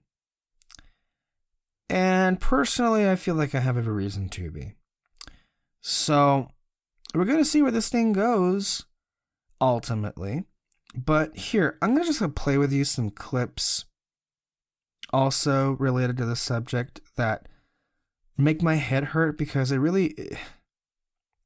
I personally struggle to care, and I'm quite curious if you would find yourself in this situation as well. Heard that Kevin Feige, now we know what Destin Daniel Cretton wants, but I heard that Kevin Feige wants to make Daredevil an Avenger. Ho! Now Daredevil, of course, doesn't really he has enhanced senses, but would that make him able to be on an Avenger level? Sure, why not? If Sam Wilson can, he doesn't have any superpowers. He hasn't taken the super soldier serum. Hawkeye was an Avenger. And Daredevil is just, you know what his superpower is? Popularity. That's for sure. So I heard Kevin Feige would like him to be in both Avengers movies, but if he had to pick, it'll be in Secret Wars. But he. Okay. That's all, fine and dandy, but I don't think Mr. Kevin Feige has any kind of idea what a world of hurt he's going to be in when his version of this character is not anywhere near as beloved as the original iteration was on Netflix. He is incapable of making anything equivalent to what that show was. And so I have trust in his ability to fuck it up. And so I quite frankly can't wait to see that blow up in his face. Because if he thinks he can make an 18-episode Daredevil series work, when you can't make any show that you make work, yeah, that's not happening.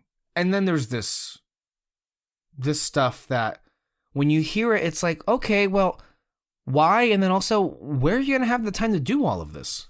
Spider-Man is setting up for going into the Wandaverse. And so, yes, let's talk about Wanda. Well, actually, in the Wandaverse, I think that Vision, speaking of Disney Plus, Vision is getting his own Disney Plus show as well, which I think is further going to expand the Wandaverse.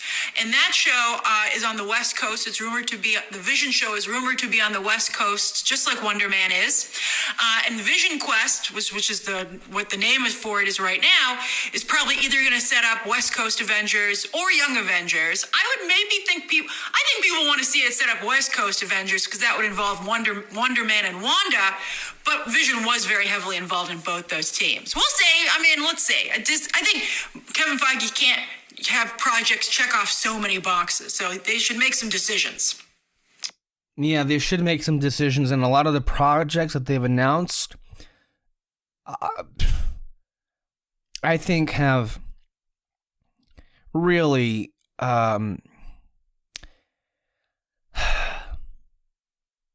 don't think they know any longer like what the audience wants to see, because when you start greenlighting things like Echo or Agatha or Ironheart or Armor Wars or quite frankly any of this crap that she discussed, it's like, well, the longer this goes, the more years pass by removed from Endgame, the more sporadic your projects become. You really start to, I would think, the audience would start to ask themselves, okay, why do I care anymore? Why? I don't think. And then there's also this. Continued problems with the visual effects slander is really bad. I saw it after I put the stream together, but, and also Vulture in particular is just, like a dog with a bone. They're not giving up on this VFX story. And they ran another story apparently today about how Quantumania, they got some people off the record to talk about how Quantumania was undercut in terms of VFX. And I think the interesting thing that was in that was that that's potentially why there were no action sequences in Quantumania, because they didn't have time to finish them. That's pretty damning. That's shocking to me. I have a hard time believing that could be, but we know that they reshot the ending just a month ago. So I don't know what's going on over there. I think it's a disaster, and I hope that they get this under control, because Marvel is a wonderful franchise that we all want to see work really well. In theory, we do want to see it work really well, but when it's like this, maybe it's better if we just let it die. Because if they're unwilling to change the way that they make movies, I don't see how it's going to be any better for them. As she mentioned, Vulture, of course, had this article out this week, an expose, if you will. Honestly, I equate it to human greed. That's the title of the article. You want to go read it. But it really just have the behind the scenes of what happened with this film, and in particular for why the VFX end up looking like crap. Now, of course, that's not exclusive. A lot of Marvel films end up being this way, but it does give you a look behind the scenes as to why this is continuing to be a problem. And I think I read this week that Agatha it's been filming, but it just stopped filming. The entire production has halted because it's having story issues. Captain America is having story issues. The Marvels is having story issues. Secret Invasion had story issues. Both No Way Home and Doctor Strange, Multiverse of Madness, had story issues. when every single movie you make is having to be stopped, production, screeching to a halt because of the same goddamn issue, the problem is you. And if you're not going to recognize that, then you quite frankly deserve what's coming your way. So, yeah. Talk about just nothing but crap. And yeah, I want to say that's how it's going to turn out. I'm going to go ahead and let me see what we have here. What's this? Oh, that's some other stuff here. I'm going to go ahead and leave you guys. Thank you all for listening. Before I go, I'll end the show, I guess, on a semi-inspirational note.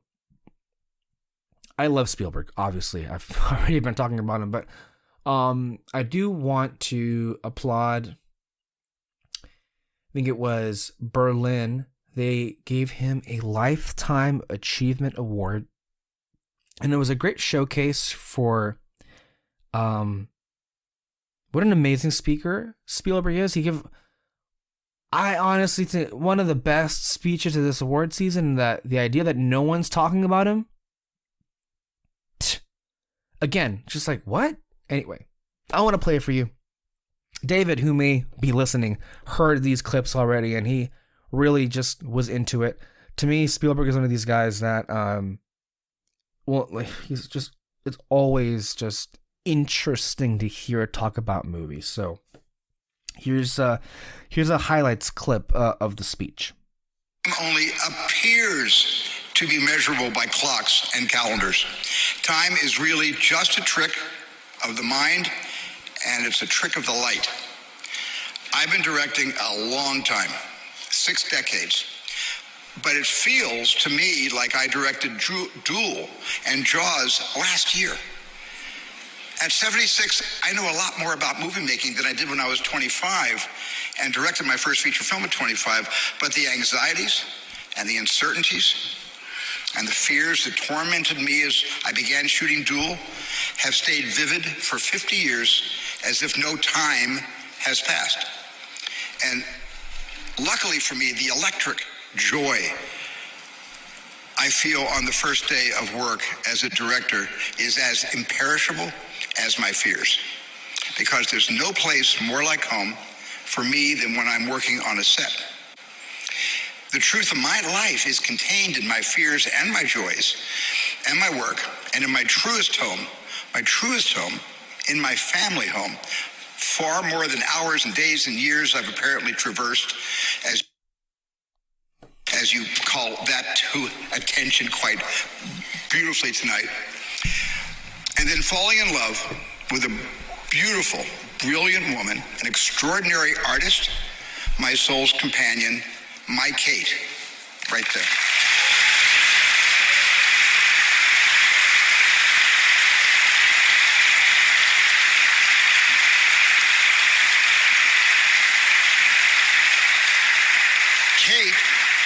Kate, who since 1983 has made so much of me possible.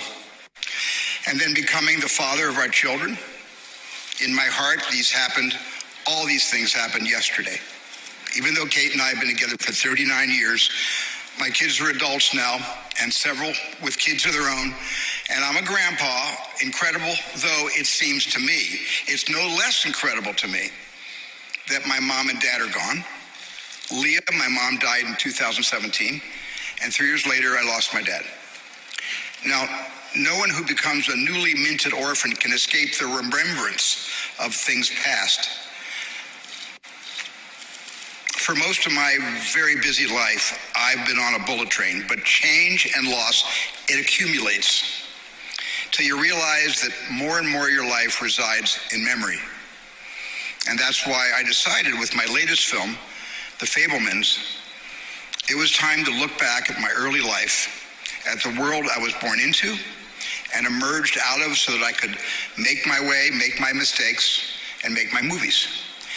And because I made my movies, I get to be in Berlin tonight accepting this overwhelming honor for lifetime achievement, which makes me feel a little bit bashful about being recognized for lifetime achievement. The bashfulness comes mostly from being aware that I haven't achieved anything as a solo act. All my films have been collaborations with great artists. And so, of course, my life, my family is a collaboration. I also feel a little alarmed to be told I've lived a lifetime, because I'm not finished.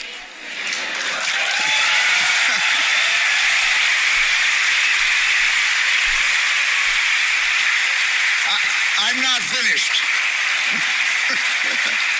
I want to keep working. I want to keep learning and discovering and scaring the shit out of myself and sometimes the shit out of you. I got to get back to some of those earlier, scarier movies, but that's another story for later on. As long as there's joy in it for me, and as long as my audience can find joy and other human values in my films, I'm reluctant to ever say that's a wrap. I mean, to be honest, I'd like to beat Manuel d'Olivier's record and direct my last film when I'm 106. My dad, my father Arnold, lived to 103 and a half, so theoretically I got the genes, and maybe I got the luck, but only Einstein knows. Only he knows for sure. So that was Steven Spielberg at Berlin, and of course, a wonderful, wonderful speech here, and it just, a lot of what he said here, I personally respond to it. It's again, like there's a lot of things about he and I that just like this kinship to. And while he clearly made this movie, The Fabelmans, because he's going through a change in his life, it's I think inevitable that we all feel at some point that maybe we're not changing as much, but when you realize that you're in the middle of a transition from one point of your life to another, I feel myself that way right now. Like, in these last few weeks and months, I've noticed that there's just been a change. A change that's hard to really describe, but it's subtle. And it's something that's just lingering there in the background. And it's slow moving, but the more you think about it, the more you notice it's like, yeah, right now I do feel like I'm in a transition period where one era, one chapter is closing and a new one is opening. And as change is with anything in our lives, it's scary. Even though right now, so my life is going fine. It's going great. I'm alive, I'm breathing, I'm healthy. And I have with me a job that I legitimately love. And it's challenging, and it's brutal sometimes, and it's exhausting. But I love it. I really do. And yeah, it's tough. And watching him talk about time, it's exactly how I feel about it too. So much of life, I love what he said there. So much of life really exists in memory.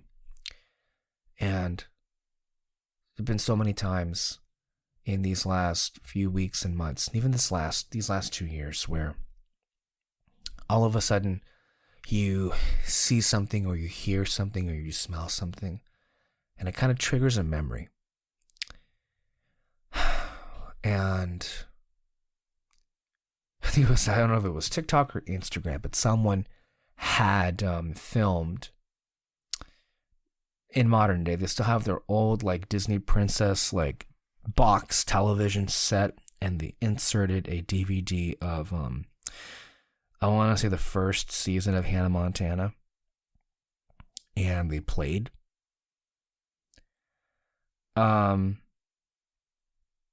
an episode.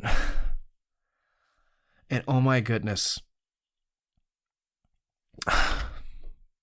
The memories, not just the memories of watching that show, but just like that era that you left, or rather, the era that left you long ago comes back alive.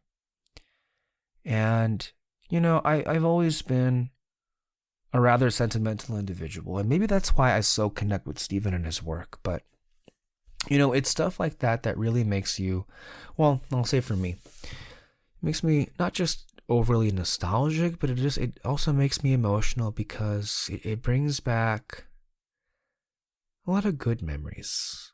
A lot of good memories, and that feeling of having so much to look forward to and having literally all of it right in front of you.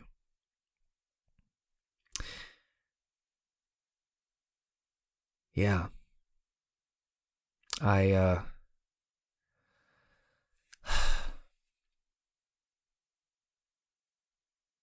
The idea of, I wish though, and maybe this could be an idea for some of those idiots like Zuckerberg or Bezos or Musk, to actually put their resources into something useful for a change, and perhaps invent some kind of device that allows us to explore our memories and our dreams. And sometimes I do. But, you know, there are certain people who are no longer in my life who would love to see again. There are certain places that you want to go back to the first time ever. But, yeah. Right now, that's how I feel. And, yeah, I have that, because of a transitional period. That comes with this feeling of, you know, I guess getting the blues. I know some people, at least for me, this is the time of year where I do feel a little bit sad, and I don't even know why. It just ends up being that way. And I haven't been doing great these last few weeks. Actually, this past week was the best week I had in a long time. And I'm just hoping, you know, to continue and appreciate every good day that I have here. But I want to go ahead and leave you guys there. I've been looking at my phone, trying to see when I think the winner has to be announced, you know, really soon here, okay? And I'll just go on a little bit longer to see if it will be. I'm going to go over some other topics or clips we can discuss. But yeah, man. Yeah, it's a lot of stuff here that I've been going through. And so part of or how I get through it is just to throw myself into my work, which I love, or throw myself into film, which I also love here. You know what? Fuck it. I'm just going to play a clip here from The Fablemans because it's so fun. Now, this is one of the clips that's been going around this past week. Chloe East, who just this past week, as a matter of fact, presented a Rising Star Award to Gabriel LaBelle, also from The Fablemans. This was at the Hollywood Critics Association. And those two are so great in the film. The scenes together are, oh God, they're electric, especially when it comes to the humor or the Jesus humor here. And I'm just going to go ahead and play this clip because I think it's just universally hilarious. So yeah, I'm just going to go ahead and do that just so you guys get a sense for like why people talk about it the way that they are. So here is the Fablemans and the Jesus clip, as I call it. And of course, I've been trying to... I'm sorry I didn't play. My freaking finger, it can't... It's too small. Here we go. Come on, let's try it. It's still not... I'm pressing play and it's not starting. God, welcome to my life. Here. Let's pray.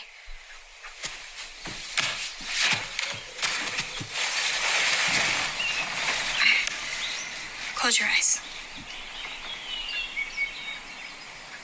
Lord, I'm here with my friend Sammy. Sam? I'm here with my good friend Sam, who's Jewish, and he's a nice boy. Lord Jesus, he's good and brave, and he's funny, Lord, and I like him.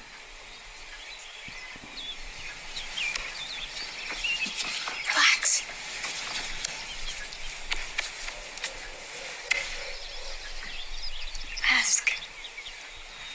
Ask him to come into you. Ask him to enter you.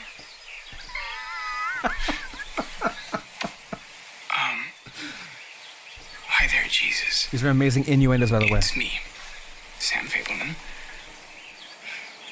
If you're real, show me a sign or something. You can't ask Jesus to do tricks to impress you. You have to be humble. You have to beg him to. I'll do it. I'm going to beg the Holy Spirit to come into me. I'm going to draw the Spirit in with my breath.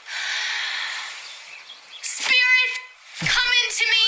Please, Holy Spirit, I'm begging you, sweet Holy Father, for the sake of my friend Sammy. Sam? Come into us, Jesus. Hear our prayer. Open your mouth. Open your mouth. And take the Spirit of Christ into you.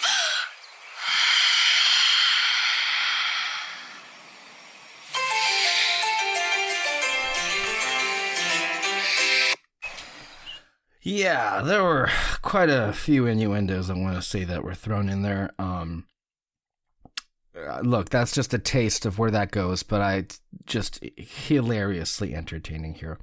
I'll go into my newly created segment called Tweets of the Week. Here is Wendell, it's at Road to Love. A wonderful tweet here, something that I've been pointing out here, that Steven Spielberg discovering Rachel Zegler, who, by the way, was in last year's West Side Story, her first film, 1 year. And then Gabriel LaBelle the next, who starred, obviously, in Fabelmans. We need a third to complete the trio. That's one of the things that's often really helped to distinguish Steven's career from other directors, is that he has had a long history of discovering new talent, and Rachel Zegler and Gabriel LaBelle among them are no exception. I also should say, of course, that it really does speak to the overall ageism at the Academy, that they have a particular, like, unspoken rule about young actors. And if you're, like, in your early 20s or younger, good luck getting any kind of traction. Now, it's not always, Timothée Chalamet and Jacob Tremblay among them, between, with Call Me By Your Name and Room. There were exceptions, obviously, but I see the same courtesy was not extended to Rachel Zegler or Gabriel LaBelle in that particular category. Oh, I love this one. Adam Clay. It's official. The Rock was defeated by a cat. Of course, listeners would know that I do not like The Rock at all. His movies are crap, and I always love to see him getting his face slapped. And it looks like Puss in Boots was the latest to do so. Puss in Boots continues to have a Greatest Showman-like run. That film was really successful a few years ago, dropping just over 4%. It will imminently become one of the top highest grossing films of 2022, knocking out Black Adam. Puss in Boots: The Last Wish. If you haven't seen that, go see it. It is amazing. It is a great movie. Everybody who sees it says it is rather great, and I would also feel the same way as well. Also, there was this person that had like 4 Disney movies next to each other, with one Disney movie has to go. It was The Lion King, Toy Story, The Incredibles, and Finding Nemo. And without even looking at the comments, which of course I did, without even looking at the comments, I already knew what was going to be the movie. And before I even say anything, I was right. All 4 of these are not just great films, they're also classics. They're bona fide classics, meaning they've reached a certain level where they're just universally beloved, and that's it. However, they're all great. How do you pick between 4 great movies here? Well, it all comes down to a matter of personal preference. In Finding Nemo, I don't know what it is, but I think it also falls into this trap like Titanic and E.T. do, where they were so successful and they were so beloved universally that throughout time, there has been a contingent of like losers. I think that's a bit mean, but people who just like, well, it wasn't as good as it was, talked about. They're really saying it wasn't for them, but they can't say that. And then they bring along some other people who feel less hot on those films. And like, I think Finding Nemo with Titanic and E.T., why do I bring up those movies together? Because they're among the most successful films of all time. However, they don't have the cool factor. None of those movies are like cool to love. They're actually kind of cool to hate on. So, of course, Nemo was going to be the movie that was immediately bounced off here by a lot of people. And I would go with Incredibles. And do not look at me that way. I love that movie. It is one of the best films ever made. Certainly one of the best animated films and one of the best films in the superhero genre. So do not misunderstand. But Nemo is just a classic film. It's a classic adventure movie of sorts. And it's a beautiful, emotional story. But you know what? Now looking at it, what also has in common with Titanic and E.T. in this movie is, oh yes, sentimentality. Perhaps we should have, I should have thought about that before going into the details for why like this movie wasn't as well thought about as it used to be. Yeah, I don't know what it is about people who think that sentimentality is like a bad thing in movies. I'll never understand that. And these people can go away. Lon Harris beautifully retweeted this. Like, honestly, the toughest one of these I can recall, basically him saying, I'm going with The Incredibles, but man, hard choice. And then him responding later on with, Finding Nemo is amazing. You guys are crazy. Yes, you are. I gotta go there. Oh, I'm also gonna play this hilarious clip from Tar. If you haven't seen Tar, go see it. But the film was funny. And then to set up context, she is at her apartment. Her life is falling apart. And these people come out of nowhere to ask her to like shut up. And she has the best response to that. I'm sorry to trouble you, but my husband and I are selling the place and couldn't help hearing the music. Oh, I'm glad you enjoyed it. We were wondering if there are specific hours you rehearse, so we can schedule showings around them. We don't want to scare potential buyers off with all the noise. No. No, we wouldn't want that. A few moments later.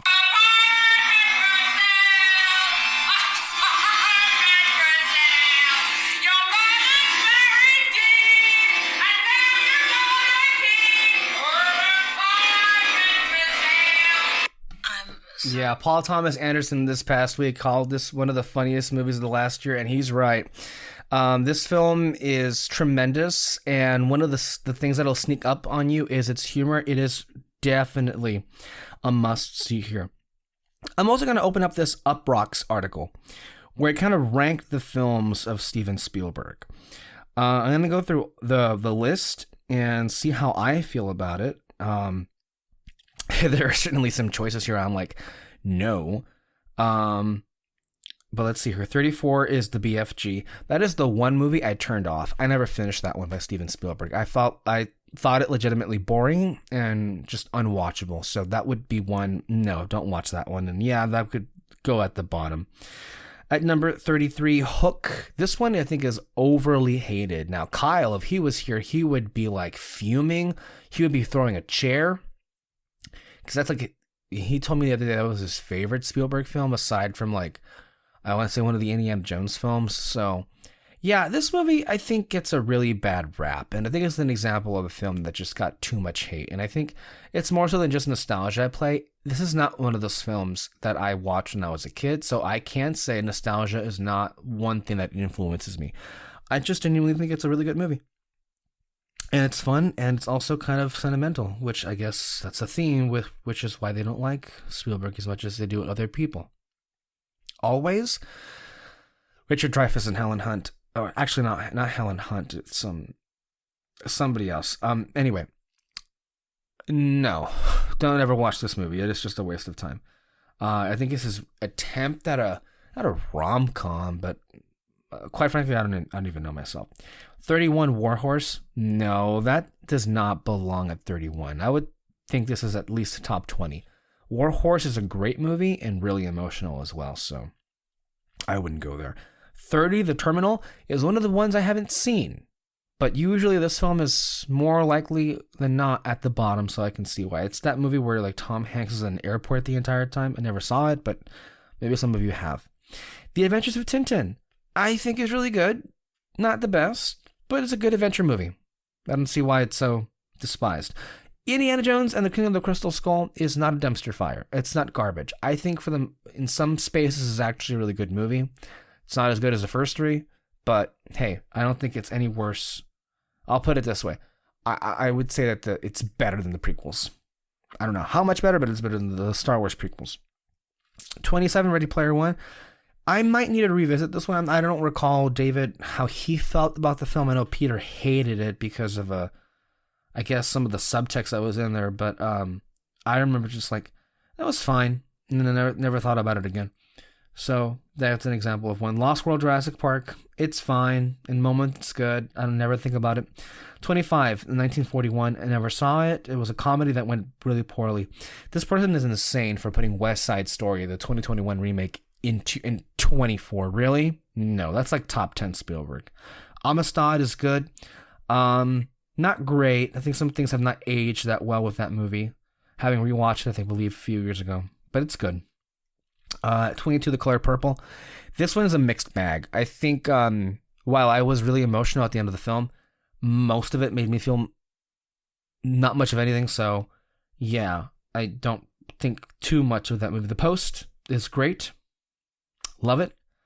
Maybe it should be a bit higher than that. Duel should also be much higher. That's his first movie. It is so fucking good. If you haven't seen that one, it is a great horror film. Next is, at 19, Bridge of Spies. That should be top 5. No, that's not, no. At 18, Empire of the Sun is good. It's strong. Not one I think of too much, but I think it's a good placement. 17, The Fabelmans.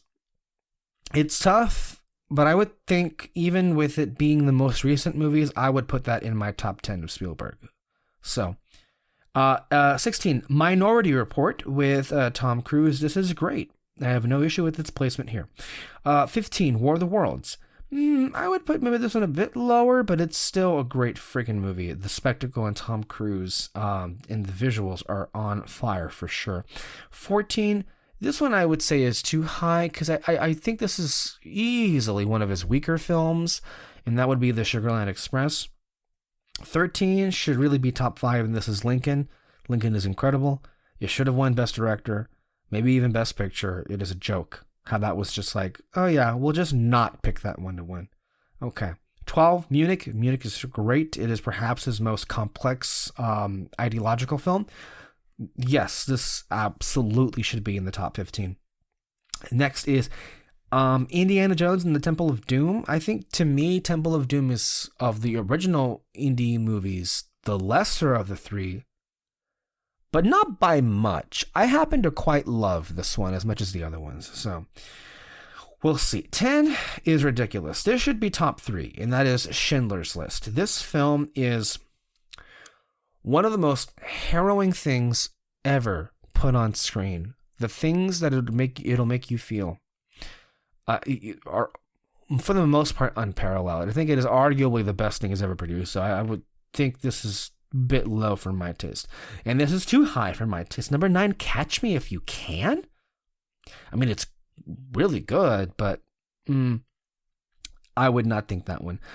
Indiana Jones and the Last Crusade is a great Indiana Jones movie. I have no issue with it. It's no problem with it whatsoever. 7, Jurassic Park. Duh. That's just great. 6, Saving Private Ryan. I would not put this one over Jurassic Park, but this is also, again, a lot of the sequences involved in this film are just simply jaw-dropping. If you haven't seen this, and some of you will laugh who are listening, Kyle, of course, has not seen this movie. So Yeah, go see it. 5, AI, artificial intelligence. I think it's actually one of the better Spielberg movies. I think it's aged really well. It's getting a new audience, I've noticed. So, yay, good for that movie. 4, Close Encounters of the Third Kind is a masterpiece. No words, no notes. 3, Jaws is also a masterpiece. No notes. 2, Raiders of the Lost Ark. Again, it's like the ultimate B movie ever made. It's incredible. And then number 1 is E.T. Look, yes, this is the correct number 1. There were a lot of things here that I would not put where this person put it, but no, this is exactly what. This is the best movie he's made. And it's one that will have the most impact, I would say, and has had the most impact. So, yeah. Overall, not a bad list. You know? Could have gone a lot worse, that's for sure. But, just want to go through my picks in these movies. And if you haven't seen a lot of these movies, I would recommend that you do, because you are certainly in for a treat. If you go ahead and venture out into doing so. Also, I saw Titanic in 3D I think a few weeks ago. And look, this movie, I think it speaks for itself. It is incredible. If you haven't seen the bonus features, just go on YouTube and look at them. They're great, just the making of it. Also, great to see Houston Coley retweet this. Greater and better than the original. Guess what he was referring to? To a tweet that asked, what are your honest opinions on Monsters University? Go back here on this podcast. We, as in me and Alexis Moreno, did an audio commentary on MU. MU is a very special film for her. Well, actually for both of us. It came out at a really important, transitional period, as I mentioned earlier, in our lives. And so this is a film that we responded to clearly a lot more so than the general populace. I think if this movie had come out at a different time, maybe it wouldn't have gotten the reception that it did, but it's actually a really great film. I'm surprised that people haven't bothered to go back and listen or watch it again, because it really does speak to this really powerful message about it's okay if your dreams don't come true. It's okay that if the goals that you've worked your whole life to get to, you can't get there. You're enough. It's okay if you don't get the success that you've been wanting to. Your existence is not futile. Your existence is not meaningless. There is so much worth in you than you could possibly imagine. And I love that message. Okay, let's see what we have here. Oh, I love Daniel Kaluuya's comments here on Nope. That's old school Spielberg shit. Jordan went crazy on that. That stuff makes me happy. When you're rooting for someone and you're out of your seat, that's the cinema that I felt and really fell in love with, if I'm being honest. Also, I don't know if this is the best place to announce it, but I think I asked Peter this the other week if we're going to place bets, set up a pool about who we think our favorite movies are going to be when we get to our top 10. Well, I don't know if anyone would listen. No, David will eventually listen to this if he gets this far into the podcast, but I would think that Peter, I think I can see it coming a mile away. I think Peter's favorite is clearly going to be Everything Everywhere All at Once. I don't know which one David's favorite would be. Maybe that one, who knows. But I think Alexis and Kyle are very clearly, because they're DC stands and they're Batman stands, I think the Batman is going to be their favorite for both of their lists. And so every now and then we get the same film at number 1 amongst our lists that we have here. So yeah, that's where I'm placing my bets here. Let's see here. Oh wow, we've been recording for 2.5 hours. Well, I guess when you see this, it'll be different. The edited down version of it, I should say. What else do we got? Okay, let's see. I'm going to check one last time before I sign off to see if a winner has been announced finally for the PGA. And there it is. Everything, Everywhere, All at Once has won the PGA Award for Theatrical Motion Pictures. Ladies and gentlemen of this wonderful podcast audience, it is done. It is signed, sealed, and delivered. There is no point in even talking about this any longer. Everything, everywhere, all at once is your Best Picture winner for 2023. Take it to the bank. It is done. It is over. It is there. So good for them. And we're going to go ahead and sign off right here. Thank you all for listening. As always, you can listen to our podcasts every single Sunday, anywhere you listen to podcasts. Stay under our spotlight for more content and coverage of movies and awards season, and we will see you next time. Bye-bye.